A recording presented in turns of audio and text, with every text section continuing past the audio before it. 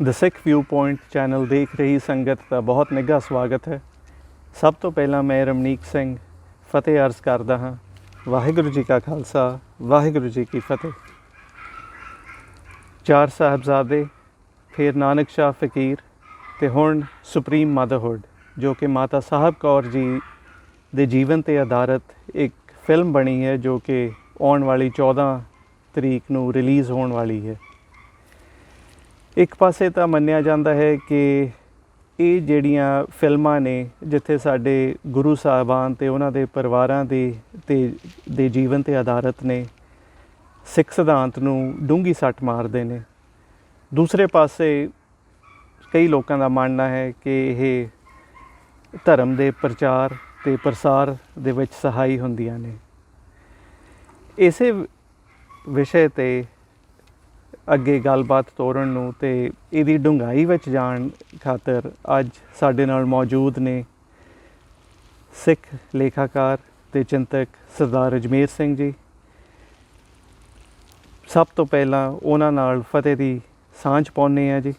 ਵਾਹਿਗੁਰੂ ਜੀ ਕਾ ਖਾਲਸਾ, ਵਾਹਿਗੁਰੂ ਜੀ ਕੀ ਫਤਿਹ।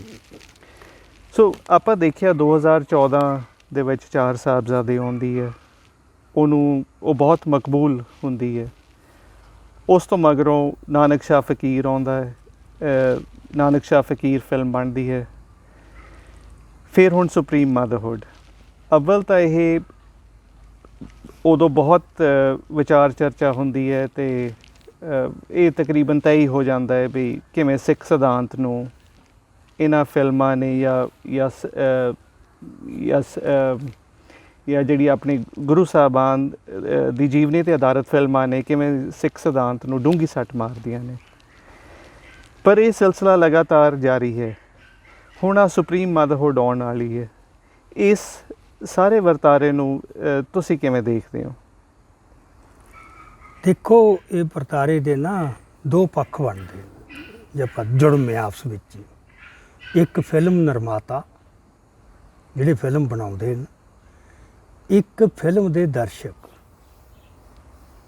ਜਿਹੜੇ ਫਿਲਮ ਦੇਖਦੇ ਨੇ। ਸੋ ਇਹਨਾਂ ਦੋਹਾਂ ਨੂੰ ਜੋੜ ਕੇ ਇਹ ਇੱਕ ਵਰਤਾਰਾ ਹੋਂਦ ਵਿੱਚ ਆ ਰਿਹਾ ਹੈ। ਹੁਣ ਪੂੰਜੀਵਾਦ ਦਾ ਜਿਹੜਾ ਇੱਕ ਬੜਾ ਪੱਕਾ ਨਿਯਮ ਹੈ ਕਿ ਜਿਹੜੇ ਪ੍ਰੋਡਕਟ ਦਾ ਮੰਡੀ ਵਿੱਚ ਗਾਹਕ ਹੋਊਗਾ ਉਹ ਪ੍ਰੋਡਕਟ ਨੇ ਚੱਲਣਾ ਹੈ। ਜਿਹਦਾ ਗਾਹਕ ਨਹੀਂ ਮਿਲੂ ਉਹ ਪ੍ਰੋਡਕਟ ਰੱਦ ਹੋ ਜਾਂਦਾ, ਉਹਦੀ ਜਿਹੜੀ ਪੈਦਾਵਾਰ ਹੈ ਉਹ ਵੀ ਠੱਪ ਹੋ ਜਾਂਦੀ ਹੈ। ਇਹ ਆਪਾਂ ਆਮ ਦੇਖਦੇ ਹਾਂ। ਇਦੋਂ ਬਿਨਾਂ ਗੁਜ਼ਾਰਾ ਨਹੀਂ। ਮੰਡੀ ਦਾ ਇਹ ਪੱਕਾ ਸਥਾਈ ਨਿਯਮ ਹੈ ਪੂੰਜੀਵਾਦੀ ਮੰਡੀ ਦਾ।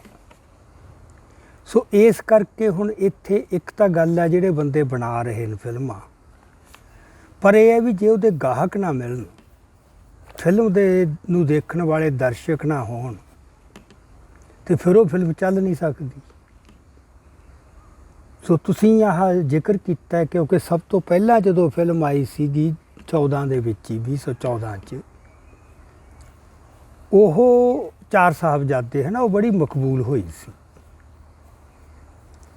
ਅਤੇ ਉਸ ਤੋਂ ਬਾਅਦ ਚਲੋ ਫਿਰ ਨੈਚੁਰਲੀ ਹੋਰਾਂ ਦੇ ਮਨ 'ਚ ਵੀ ਕਿਉਂ ਨਾ ਕਮਾਈ ਕੀਤੀ ਜਾਵੇ। ਹੈ ਪੂੰਜੀਵਾਦ ਦੇ ਵਰਤਾਰੇ ਦੇ ਜੁੜਵੇਂ ਦੋਨੋਂ ਪੱਖ, ਕਿਉਂਕਿ ਇੱਥੇ ਜਿਹੜਾ ਮਕਸਦ ਆ ਉਹ ਪੈਸੇ ਕਮਾਉਣਾ ਬੰਦੇ ਦਾ। ਵੱਧ ਤੋਂ ਵੱਧ ਪੈਸਾ ਕਿੱਥੋਂ ਬਣ ਸਕਦਾ, ਕਿਵੇਂ ਬਣ ਸਕਦਾ, ਕਿਹੜਾ ਢੰਗ ਯੋਗ ਹੈ, ਕਿਹੜਾ ਅਯੋਗ ਹੈ, ਇਹ ਪੂੰਜੀਵਾਦ ਦਾ ਵੈਸ ਦਾ ਹਿੱਸਾ ਹੀ ਨਹੀਂ ਕਿਤੇ। ਨਹੀਂ ਤਾਂ ਫਿਰ ਉਹਨਾਂ ਦਾ ਕੰਮ ਹੀ ਨਾ ਚੱਲ ਸਕੇ। ਪੂੰਜੀਵਾਦ ਚੱਲ ਹੀ ਨਹੀਂ ਸਕਦਾ, ਉਹਦੀ ਬੁਨਿਆਦ ਹੀ ਟੁੱਟ ਜੀ। ਸੋ ਇਸ ਕਰਕੇ ਉਹ ਜਿਹੜੇ ਨਿਰਮਾਤਾ ਬਣਾਉਣ ਵਾਲੇ, ਉਹਨਾਂ ਨੂੰ ਨਹੀਂ ਕਿਸੇ ਤੁਸੀਂ ਦਲੀਲ ਨਾਲ ਕੈਲ ਕਰ ਸਕਦੇ। ਉਹ ਤਾਂ ਇੱਕੋ ਹੀ ਸ਼ਰਤ ਹੈ ਵੀ ਤੁਸੀਂ ਦਰਸ਼ਕ ਜਿਹੜੇ ਗਾਹਕ ਆ ਉਹਨਾਂ ਦੇ, ਉਹ ਵਰਜ ਦਿਓ, ਉਹ ਮਨਾ ਕਰ ਦਿਓ। ਜੇ ਦਰਸ਼ਕ ਨਹੀਂ ਦੇਖਣਗੇ ਇਹ ਵਰਤਾਰਾ ਬੰਦ ਹੋ ਜਾਊਗਾ। ਨੰਬਰ 1। ਨੰਬਰ 2, ਜਿਹੜੇ ਸਿੱਖ ਸੰਸਥਾਵਾਂ ਨੇ, ਅਤੇ ਸਾਡੇ ਕੋਲ ਸਭ ਤੋਂ ਜਿਹੜੀ ਸੁਪਰੀਮ ਇੱਕ ਸੰਸਥਾ ਜਾਂ ਅਥਾਰਟੀ ਹੈ, ਉਹ ਹੈਗਾ ਅਕਾਲ ਤਖਤ ਸਾਹਿਬ ਦਾ ਜਥੇਦਾਰ। ਜੇ ਉਹ ਆਦੇਸ਼ ਕਰਦੇ, ਜਿਵੇਂ ਜਦੋਂ ਨਿਰੰਕਾਰੀ ਕਾਂਡ ਵਾਪਰਿਆ 1978 'ਚ, ਅਪ੍ਰੈਲ 1978 'ਚ, ਉਸ ਤੋਂ ਬਾਅਦ ਉਹਨਾਂ ਨੇ, ਉਦੋਂ ਜਥੇਦਾਰ ਗੁਰਦਿਆਲ ਸਿੰਘ ਜਨੋਹਾ ਸੀ ਸ਼ਾਇਦ ਜਥੇਦਾਰ, ਉਹਨਾਂ ਨੇ ਹੁਕਮਨਾਮਾ ਜਾਰੀ ਕਰਤਾ ਸੰਗਤ ਦੀ ਸਲਾਹ ਲੈ ਕੇ, ਤੇ ਉਹਨੂੰ ਪੰਥ 'ਚੋਂ ਛੇਕਤਾ, ਤੇ ਜਿਹਦੇ ਕਰਕੇ ਨਰਕਾਰੀਆਂ ਦੇ ਪੰਜਾਬ ਦੇ ਵਿੱਚ ਇੱਕ ਵਾਰ ਸਭ ਸੰਮੇਲਨ ਹੋਣੇ ਬੰਦ ਹੋ ਗਏ ਸੀ। ਹੁਕਮਨਾਮਾ ਵੀ ਹੋ ਗਿਆ, ਉਹਨੂੰ ਲਾਗੂ ਕਰਨ ਵਾਲੀ ਤਾਕਤ ਵੀ ਪੈਦਾ ਹੋ ਗਈ। ਉਹ ਸੰਤ ਜਰਨੈਲ ਸਿੰਘ ਭਿੰਡਰਾਂਵਾਲੇ ਨੇ, ਮਤਲਬ ਸਿੱਖੀ ਸਿਧਾਂਤਾਂ ਮੁਤਾਬਕ ਉੱਥੇ ਇਹ ਗੱਲ ਲਿਆਂਦੀ ਕਿ ਸਜ਼ਾ ਦਿੱਤੀ ਜਾਊ ਜਿਹੜਾ ਸਾਡੇ ਇਸ ਤਰ੍ਹਾਂ ਦਾ ਕੁਤਾਹੀ ਕਰੂ ਜਾਂ ਹਿਮਾਕਤ ਕਰੂਗਾ। ਸੋ ਇਹ ਕੁਝ ਕੰਡੀਸ਼ਨਸ ਜੁੜ ਕੇ ਇਸ ਵਰਤਾਰੇ ਨੂੰ ਠੱਲ ਪੈ ਸਕਦੀ ਹੈ। ਸੋ ਅੱਜ ਦੀ ਘੜੀ ਸਾਡੇ ਵਾਸਤੇ ਜਿਹੜਾ ਵੱਧ ਅਹਿਮ ਮਸਲਾ ਹੈ ਉਹ ਨਿਰਮਾਤਾ ਨੂੰ ਰੋਕਣ ਦਾ ਘੱਟ ਹੈ, ਕਿਉਂਕਿ ਉਹ ਕੰਡੀਸ਼ਨ ਹੁਣ ਹੈ ਨਹੀਂ ਸਾਡੇ ਕੋਲੇ ਜਿਹੜੀ ਉਸ ਮੌਕੇ ਸੀ ਜਦੋਂ ਸੰਤ ਸੀ। ਅੱਜ ਦੀ ਘੜੀ ਨਹੀਂ,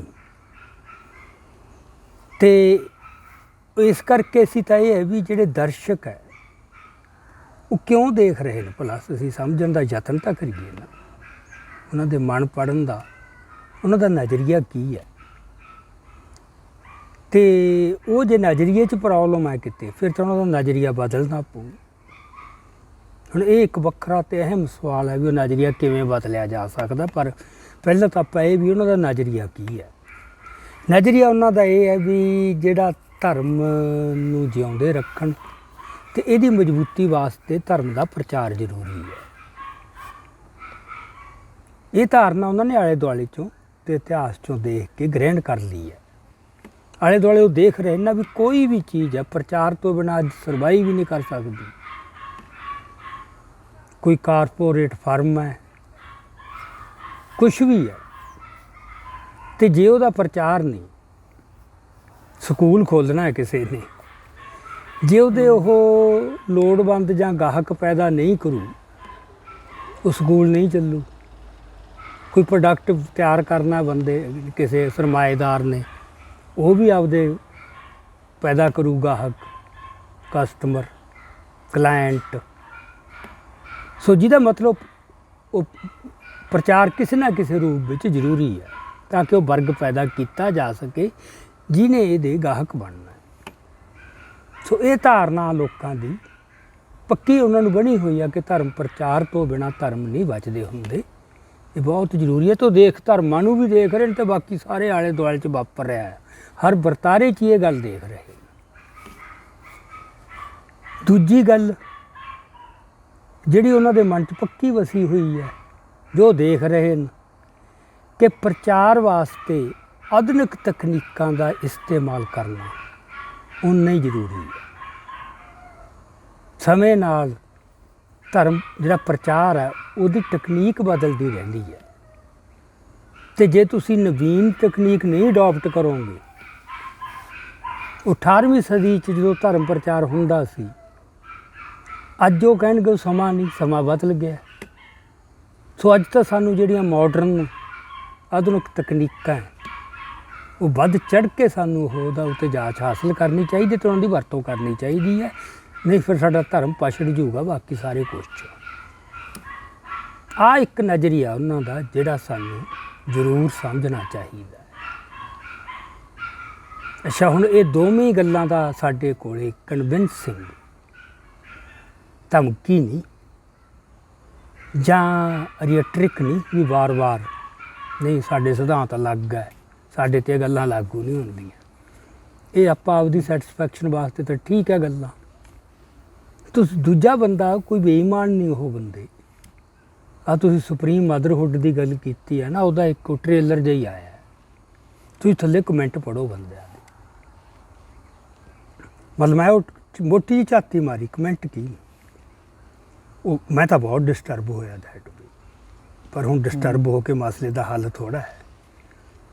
ਓਵਰਵੈਲਮਿੰਗ ਜਿਵੇਂ ਰਿਸਪੌਂਸ ਨਾ ਵੀ ਇਹ ਤਾਂ ਬਸ ਧੰਨ ਧੰਨ ਧੰਨ ਸਿੱਖੀ, ਵਾਹਿਗੁਰੂ ਜੀ ਧੰਨ ਜੀ ਧੰਨ।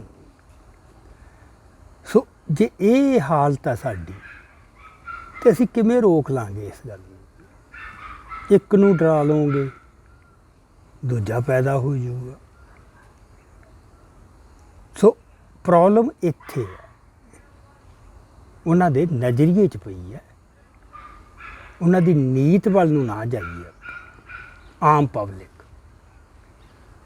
ਆਪਾਂ ਉਹ 'ਤੇ ਵਰਕ ਕਰਨ ਦੀ ਲੋੜ ਹੈ। ਅੱਜ ਕੰਸਨਟਰੇਟ ਕਿਹੜੀ ਗੱਲ 'ਤੇ ਕਰੀਏ ਵੀ ਜਿਹੜਾ ਦਰਸ਼ਕ ਪੈਦਾ ਕਰ ਲਏ ਉਹਨਾਂ ਨੇ, ਉਹ ਦਰਸ਼ਕ ਦਾ ਨਜ਼ਰੀਆ ਕੀ ਹੈ ਅਤੇ ਉਹਨੂੰ ਅਸੀਂ ਕਿਵੇਂ ਬਦਲ ਸਕਦੇ। ਸੋ ਮੈਂ ਤੈਨੂੰ ਇਸ ਤਰ੍ਹਾਂ ਦੇਖਦਾ ਜੀ ਆਪਾਂ ਸਾਰੇ ਮਸਲੇ।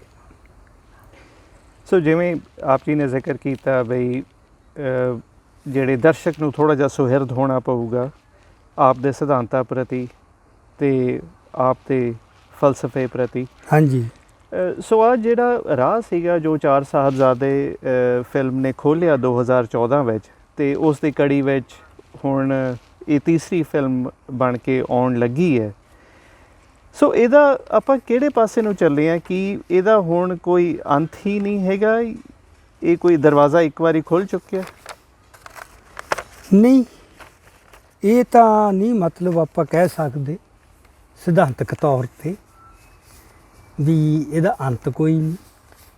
ਅੰਤ ਇਹਦਾ ਗੁਰਮਤਿ 'ਚ ਹੀ ਉਹਦਾ ਇਹ ਜਵਾਬ ਪਿਆ। ਇਹਦਾ ਗੁਰਮਤਿ 'ਚੋਂ ਇਹਦਾ ਜਵਾਬ ਮਿਲਦਾ। ਪਰ ਗੱਲ ਇਹ ਕਿ ਉਹ ਤੁਸੀਂ ਜਵਾਬ ਲੱਭਣ ਵਾਲੇ ਹੋਵੋ ਅਤੇ ਦੂਜਿਆਂ ਨੂੰ ਤੁਸੀਂ ਉਹ 'ਤੇ ਕਨਵਿੰਸ ਕਾਇਲ ਕਰਨ ਜੋਗੀ ਤੁਹਾਡੇ 'ਚ ਸਮਰੱਥਾ ਹੋ। ਸੋ ਉਹਦੇ 'ਚ ਮਸਲਾ ਕੀ ਹੈ ਕਿ ਜਿਹੜਾ ਬੰਦਿਆਂ ਦਾ ਇੱਕ ਨਜ਼ਰੀਆ ਬਣਿਆ, ਜਿਹੜੇ ਫਿਲਮਾਂ ਨੂੰ ਪਸੰਦ ਕਰ ਰਹੇ ਨੇ, ਉਹਨਾਂ ਦਾ ਇਹ ਹੈ ਜਿਹੜੀ ਧਰਮ ਬਾਰੇ ਜੋ ਦੇਖ ਰਹੇ ਨੇ ਦੂਜੇ ਧਰਮਾਂ 'ਚ, ਵੀ ਦੂਜੇ ਧਰਮ ਜਿਹੜੇ ਨੇ ਉਹ ਮਾਡਰਨ ਤਕਨੀਕਸ ਦਾ ਇਸਤੇਮਾਲ ਕਰ ਰਹੇ ਅਤੇ ਇਸੇ ਕਰਕੇ ਉਹ ਅੱਗੇ ਨੇ ਸਾਡੇ ਨਾਲੋਂ। ਹੁਣ ਜੇ ਆਪਾਂ ਇਹਨੂੰ ਸਪੈਸੀਫਿਕ ਦੇਖੀਏ ਭਲਾ ਕਿਹੜੇ ਧਰਮਾਂ ਦਾ ਉਹਨਾਂ ਦੇ ਮਨ 'ਚ ਮਿਸਾਲ ਹੈ, ਕਿਤੇ ਇਸਲਾਮ ਦੀ ਨਹੀਂ। ਇਸਲਾਮ ਇਸ ਤਰ੍ਹਾਂ ਪਿਆ ਹੀ ਨਹੀਂ ਵੀ ਉਹ ਆਪਦੇ ਪੈਗੰਬਰ ਦਾ ਫਿਲਮੀ ਕਰਨਾ ਜਾਂ ਉਹਦੇ ਪਰਿਵਾਰ ਦਾ। ਉਹ ਤਾਂ ਸਾਡੇ ਨਾਲੋਂ ਬਹੁਤ ਅੱਗੇ ਨੇ। ਉਹ ਤਾਂ ਤਸਵੀਰ ਵੀ ਨਹੀਂ ਬਣਾਉਣ ਦਿੰਦੇ ਅਤੇ ਉਹ ਨਾਵਲ ਵੀ ਨਹੀਂ ਲਿਖਣ ਦਿੰਦੇ। ਅਸੀਂ ਇਹ ਛੋਟਾਂ ਦੇਤੀਆਂ ਪਹਿਲਾਂ, ਜਿੱਥੋਂ ਰਾਹ ਖੁੱਲ੍ਹ ਗਿਆ। ਜੇ ਆਪਾਂ ਅੱਗੇ ਕਰਾਂਗੇ ਗੱਲ, ਇਹਦੇ 'ਚ ਇਤਰਾਜ਼ ਕੀ ਹੈ ਤਸਵੀਰ ਬਣਾਉਣ 'ਚ ਜਾਂ ਫਿਲਮੀਕਰਨ ਕਰਨ 'ਚ ਭਲਾ?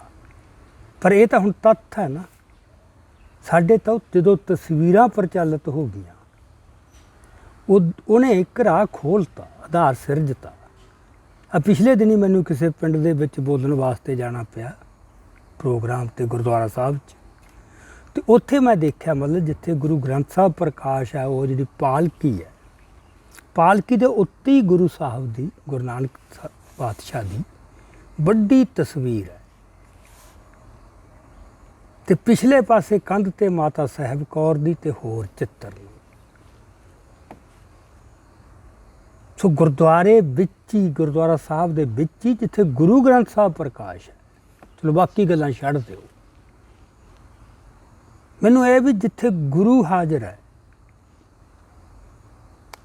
ਉੱਥੇ ਹੋਰ ਕੀ ਲੋੜ ਪਏਗੀ ਉਦੋਂ ਕੋਈ ਛੋਟੀ ਗੱਲ ਲਿਆ ਕੇ ਉਹਨਾਂ ਨੂੰ ਵਿਜ਼ੂਅਲ ਦਿਖਾਇਆ ਜਾਵੇ, ਜਿਹਦਾ ਮਤਲਬ ਸਾਨੂੰ ਅਹਿਸਾਸ ਨਹੀਂ, ਇਸ ਗੱਲ ਬਾਰੇ ਚੇਤਨ ਨਹੀਂ। ਇਹਦੇ 'ਚੋਂ ਫਿਰ ਗਾਹਾਂ ਵਾਸਤੇ ਇੱਕ ਰਾਹ ਖੁੱਲ੍ਹ ਗਿਆ। ਉਂਝ ਠੀਕ ਹੈ, ਸਿੱਖਾਂ ਨੂੰ ਸਭ ਨੂੰ ਪਤਾ ਹੈ, ਮਰਿਆਦਾ ਹੈ ਵੀ ਉੱਥੇ ਕੋਈ ਵੀ ਫੋਟੋ ਨਹੀਂ ਹੋਣੀ ਚਾਹੀਦੀ ਜਿੱਥੇ ਗੁਰੂ ਸਾਹਿਬ ਦਾ ਪ੍ਰਕਾਸ਼ ਹੈ। ਪਰ ਉਹ ਬੰਦਾ ਮਰਿਆਦਾ ਦੀ ਉਲੰਘਣਾ ਕਰ ਦਿੰਦਾ ਹੈ ਜਦੋਂ ਉਹਨੂੰ ਲੱਗਦਾ ਹੈ ਕਿ ਕੋਈ ਦਲੀਲ ਤਾਂ ਦਿਓ ਯਾਰ, ਮਰਿਆਦਾ ਕਿਹਨੇ ਬਣਾਈ? ਬੰਦਿਆਂ ਨਹੀਂ ਬਣਾਈ ਆ, ਉਹਨਾਂ ਨੂੰ ਇਹ ਲੱਗਦਾ। ਸੋ ਵੀ ਗੁਰਮਤਿ 'ਚੋਂ ਇਹਦਾ ਰਾਹ ਮਿਲਦਾ ਕਿ ਨਹੀਂ, ਮਤਲਬ ਇਹਦੀ ਇਜਾਜ਼ਤ ਮਿਲਦੀ ਹੈ ਕਿ ਨਹੀਂ ਮਿਲਦੀ, ਮਸਲਾ ਇੱਥੇ ਹੈ।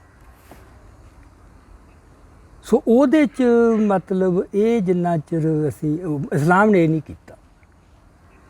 ਸੋ ਇਹ ਜਿਹੜੇ ਸਾਡੇ ਬੰਦੇ ਦਲੀਲਾਂ ਦਿੰਦੇ ਨਾ ਵੀ ਆਧੁਨਿਕ ਤਕਨੀਕਾਂ ਦਾ ਪ੍ਰਚਾਰ ਕਰਨਾ ਜ਼ਰੂਰੀ ਅਤੇ ਆਧੁਨਿਕ ਤਕਨੀਕਾਂ ਦਾ ਇਸਤੇਮਾਲ ਕਰਨਾ ਜ਼ਰੂਰੀ, ਉਹਨਾਂ ਕੋਲ ਦੋ ਧਰਮਾਂ ਦੀਆਂ ਉਦਾਹਰਨਾਂ। ਇੱਕ ਈਸਾਈ ਜਿਨ੍ਹਾਂ ਨੇ ਨੈਚੁਰਲੀ ਬਹੁਤ ਲੰਮੇ ਚਿਰ ਤੋਂ ਇੱਕ ਬਕਾਇਦਾ ਮਿੱਥ ਕੇ ਕਿਉਂਕਿ ਉਹਨਾਂ ਦੇ ਧਰਮ ਨੂੰ ਫੈਲਾਉਣਾ ਇੱਕ ਪਵਿੱਤਰ ਫਰਜ਼ ਸਮਝ ਕੇ ਕਰਦੇ ਨੇ। ਗਿਣਤੀ ਵਧਾਉਣੀ, ਉਹਦੇ ਵਾਸਤੇ ਫਿਰ ਸਭ ਕੁਝ ਵਰਤਿਆ ਜਾਊ। ਤਾਕਤ ਵੀ ਵਰਤੀ ਆ ਉਹਨਾਂ ਨੇ।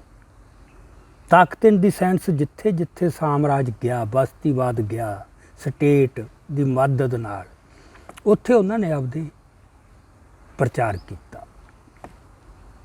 ਇੱਥੇ ਸਾਡੇ ਲੋਕਾਂ ਨੂੰ ਈਸਾਈਅਤ ਦਾ ਕੀ ਪਤਾ ਸੀ? ਸਾਰੀ ਦੁਨੀਆ ਜਿਹੜੀ ਅਸੀਂ ਤੀਜੀ ਦੁਨੀਆ ਦੇ ਦੇਸ਼ ਕਹਿੰਦੇ ਆ ਪਛੜੇ ਹੋਏ, ਪੱਛਮ ਨੂੰ ਛੱਡ ਕੇ, ਇਹ ਕਿਹਨੂੰ ਪਤਾ ਸੀ? ਇੱਕ ਤਾਂ ਉਹਨਾਂ ਨੇ ਇਹ ਕੀਤਾ ਵੀ ਭਾਵੇਂ ਤਾਕਤ ਦੀ ਵੀ ਵਰਤੋਂ ਕਰਨੀ ਪਵੇ, ਪਰ ਇਹ ਗਿਣਤੀ ਵਧਾਉਣੀ ਬਹੁਤ ਜ਼ਰੂਰੀ ਹੈ। ਚੱਲ ਇਹ ਇਸਲਾਮ 'ਚ ਵੀ ਹੈ, ਪਰ ਉੱਥੇ ਉਹ ਉਹਨਾਂ ਦੀ ਇੱਕੋ ਹੀ ਹੈ ਵੀ ਤਾਕਤ ਦੀ ਵਰਤੋਂ ਉਹਨਾਂ ਨੇ ਕਿਤੇ ਨਾ ਕਿਤੇ ਜਾ ਕੇ ਵਰਤ ਵੀ ਲਈ ਅਤੇ ਉਹਨੂੰ ਪ੍ਰਵਾਨਗੀ ਵੀ ਮਿਲਦੀ। ਉਹਨਾਂ ਨੂੰ ਵੀ ਪਵਿੱਤਰ ਫਰਜ਼ ਇਹ ਜ਼ਿੰਮੇਵਾਰੀ ਬਣਦੀ ਹੈ ਹਰ ਮੁਸਲਮਾਨ ਦੀ। ਕੋਈ ਵੀ ਕਾਫਰ ਧਰਤੀ 'ਤੇ ਰਹਿਣਾ ਨਹੀਂ ਚਾਹੀਦਾ। ਉਹ ਇਸ ਭਾਵਨਾ ਨਾਲ ਉਹ ਇਹ ਕੰਮ ਕਰਦੇ ਨੇ। ਪਰ ਉਹਨਾਂ ਨੇ ਦੂਜਾ ਕੰਮ ਨਹੀਂ ਕੀਤਾ, ਜਿਹੜਾ ਪ੍ਰਚਾਰ ਵਾਸਤੇ ਵੀ ਤੁਸੀਂ ਉਹਨਾਂ ਦੀਆਂ ਤਸਵੀਰਾਂ ਅਤੇ ਫਿਲਮੀ ਕਰਨ ਜਾਂ ਨਾਟਕੀ ਪੇਸ਼ਕਾਰੀ, ਉੱਧਰ ਨੂੰ ਉਹਨਾਂ ਨੇ ਇੱਕ ਕਦਮ ਨਹੀਂ ਪੁੱਟਣ ਦਿੱਤਾ, ਕੋਈ ਛੋਟ ਹੀ ਨਹੀਂ ਦਿੱਤੀ। ਸਖਤ ਪੋਜੀਸ਼ਨ ਹੈ, ਫਤਵਾ ਜਾਰੀ ਹੁੰਦਾ। ਸਲਮਾਨ ਰੁਸ਼ਦੀ ਦਾ ਨਾਵਲ ਛਪਿਆ ਸੀ, ਸਭ ਨੂੰ ਪਤਾ ਹੈ। ਹੁਣ ਅੱਜ ਦੇ ਜ਼ਮਾਨੇ 'ਚ ਜਿੱਥੇ ਦੂਜੀਆਂ ਕੀਮਤਾਂ ਡੋਮੀਨੇਟ ਕਰ ਰਹੀਆਂ, ਭਾਰੂ ਹੋ ਗਈਆਂ, ਸਥਾਪਿਤ ਹੋ ਗਈਆਂ ਆਧੁਨਿਕਤਾ ਦੀਆਂ, ਵੀ ਹਰ ਇੱਕ ਨੂੰ ਆਪਦੇ ਵਿਚਾਰ ਪ੍ਰਗਟਾਉਣ ਦਾ ਖੁੱਲ੍ਹ ਹੈ ਬੰਦੇ ਦੀ। ਤੁਸੀਂ ਦੂਜੇ ਦੀ ਆਜ਼ਾਦੀ ਕਿਵੇਂ ਢੱਕ ਸਕਦੇ ਹੋ? ਸੋ ਫਰੀਡਮ ਦੇ ਇਸ ਤਰ੍ਹਾਂ ਦੇ ਅਰਥ ਹੋ। Let us agree to disagree. Principle ਦਾ ਕੋਈ ਰੌਲਾ ਹੀ ਨਹੀਂ। ਜੋ ਮਰਜ਼ੀ ਪ੍ਰਿੰਸੀਪਲ ਹੋਵੇ ਤੁਹਾਡਾ, ਅਗਲੇ ਦਾ ਕੋਈ ਹੋਰ ਪ੍ਰਿੰਸੀਪਲ ਹੈ। ਤੁਸੀਂ ਕਿਸੇ ਨਾਲ ਗੱਲ ਕਰੋ, ਮੈਂ ਤਾਂ ਕਿੰਨਿਆਂ ਨਾਲ ਦੇਖਿਆ ਇਹ ਇੰਨੀ ਕਾਮਨ ਹੈ, ਇਹ ਦਲੀਲ ਇੰਨੀ ਆਮ ਬਣ ਗਈ ਬੰਦੇ ਨੂੰ। ਜਿੰਨੇ ਸੈਕੂਲਰਿਸਟ ਹੈ, ਜਿੰਨੇ ਹਰ ਵੰਨਗੀ ਦੇ ਲੈਫਟਿਸਟ ਹੈ, ਜਿੰਨੇ ਤਰਕਵਾਦੀ। ਸੋ ਈਸਾਈਆਂ ਨੇ ਮਿਸ਼ਨਰੀ ਵੀ ਪੈਦਾ ਕਰਕੇ ਆਰਗੇਨਾਈਜ਼ਡ ਰੂਪ ਦੇ ਵਿੱਚ ਟ੍ਰੇਨਿੰਗ ਦੇਣ ਦੇ ਸੈਂਟਰ ਖੋਲ੍ਹੇ। ਤੋ ਮਿਸ਼ਨਰੀ ਫਿਰ ਭੇਜੇ ਜਿੱਥੇ ਜਿੱਥੇ ਉਹਨਾਂ ਦਾ ਰਾਜ ਹੋਇਆ। ਜਿੱਥੇ ਰਾਜ ਨਹੀਂ ਸੀ ਉੱਥੇ ਵੀ ਜਾ ਕੇ ਉਹਨਾਂ ਨੇ ਲੋਕਾਂ ਨੂੰ ਕੈਲ ਕੀਤਾ, ਅਤੇ ਉਹਦੇ 'ਚ ਹਰ ਯੋਗ ਅਯੋਗ ਢੰਗ ਵਰਤਿਆ। ਲਾਲਚ ਵੀ ਅੱਜ ਵੀ ਵਰਤ ਰਹੇ, ਮੈਂ ਇਨਸੈਂਟਿਵ ਦੇਣੇ। ਚੱਲ ਇਸਲਾਮ ਵਾਲੇ ਤਾਂ ਦੂਜਾ ਕਹਿੰਦੇ ਨਾ ਵੀ ਤੁਸੀਂ ਜਹਾਨ ਜਾਓ,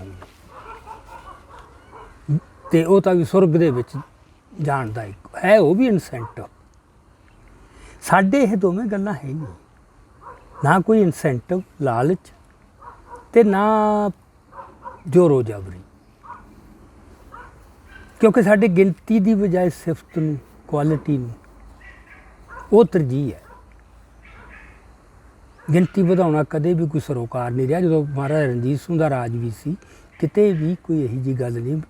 ਬੰਦੇ ਚੱਲੂ ਬਣਦੇ, ਜਦੋਂ ਰਾਜ ਆਉਂਦਾ ਉਹ ਆਪਦੀ ਗਰਜ ਨੂੰ ਤਾਂ ਬਣ ਜਾਂਦੇ ਨੇ, ਪਰ ਇਹ ਉਚੇਚ ਕੀਤਾ ਹੋਵੇ, ਉਹਨਾਂ 'ਤੇ ਦਬਾਅ ਪਾਇਆ ਹੋਵੇ, ਇਹ ਤਾਂ ਸਿੱਖ ਨਹੀਂ ਨਾ ਪੋਜੀਸ਼ਨ ਲੈ ਸਕਦੇ ਸੀ ਵੀ ਅਸੀਂ ਨਹੀਂ ਕੋਈ ਲੈਣਾ ਹੁਣ ਕਿਉਂਕਿ ਸਾਡਾ ਰਾਜ ਹੈ। ਇਹ ਤਾਂ ਕੋਈ ਪੋਜੀਸ਼ਨ ਨਹੀਂ ਬਣ ਸਕਦੀ ਨਾ। ਹੁਣ ਉਹਨਾਂ 'ਚੋਂ ਸੱਚੇ ਤਾਂ ਵੀ ਪਰ ਇਨਸਪਾਇਰ ਹੋ ਕੇ ਆਏ। ਰਾਜ ਦਾ ਉਹਨਾਂ ਨੇ ਅਮਲ ਦੇਖਿਆ, ਦੂਜਿਆਂ ਨਾਲੋਂ ਫਰਕ ਦੇਖਿਆ। ਅਸੀਂ ਇਸ ਤਰ੍ਹਾਂ ਗਿਣਤੀ ਵਧਾਉਣੇ ਆ, ਆਪਦੀ ਸਿਫਤ ਦੀ, ਆਪਦੀ ਵਿਸ਼ੇਸ਼ਤਾ ਦੀ, ਆਪਦੇ ਗੁਣਾਂ ਦੀ ਛਾਪ ਛੱਡ ਕੇ ਅਮਲ ਰਾਹੀਂ। ਇਹ ਸਿੱਖ ਰਾਜ ਵੇਲੇ ਵੀ ਹੋਇਆ, ਇਹ ਅਦਰਵਾਈਜ਼ ਵੀ ਹੋ ਰਿਹਾ